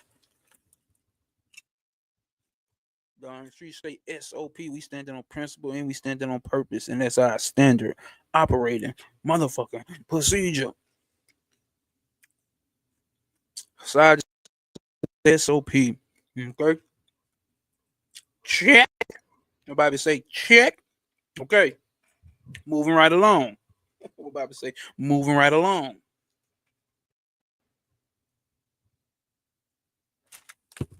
You ever had some of these?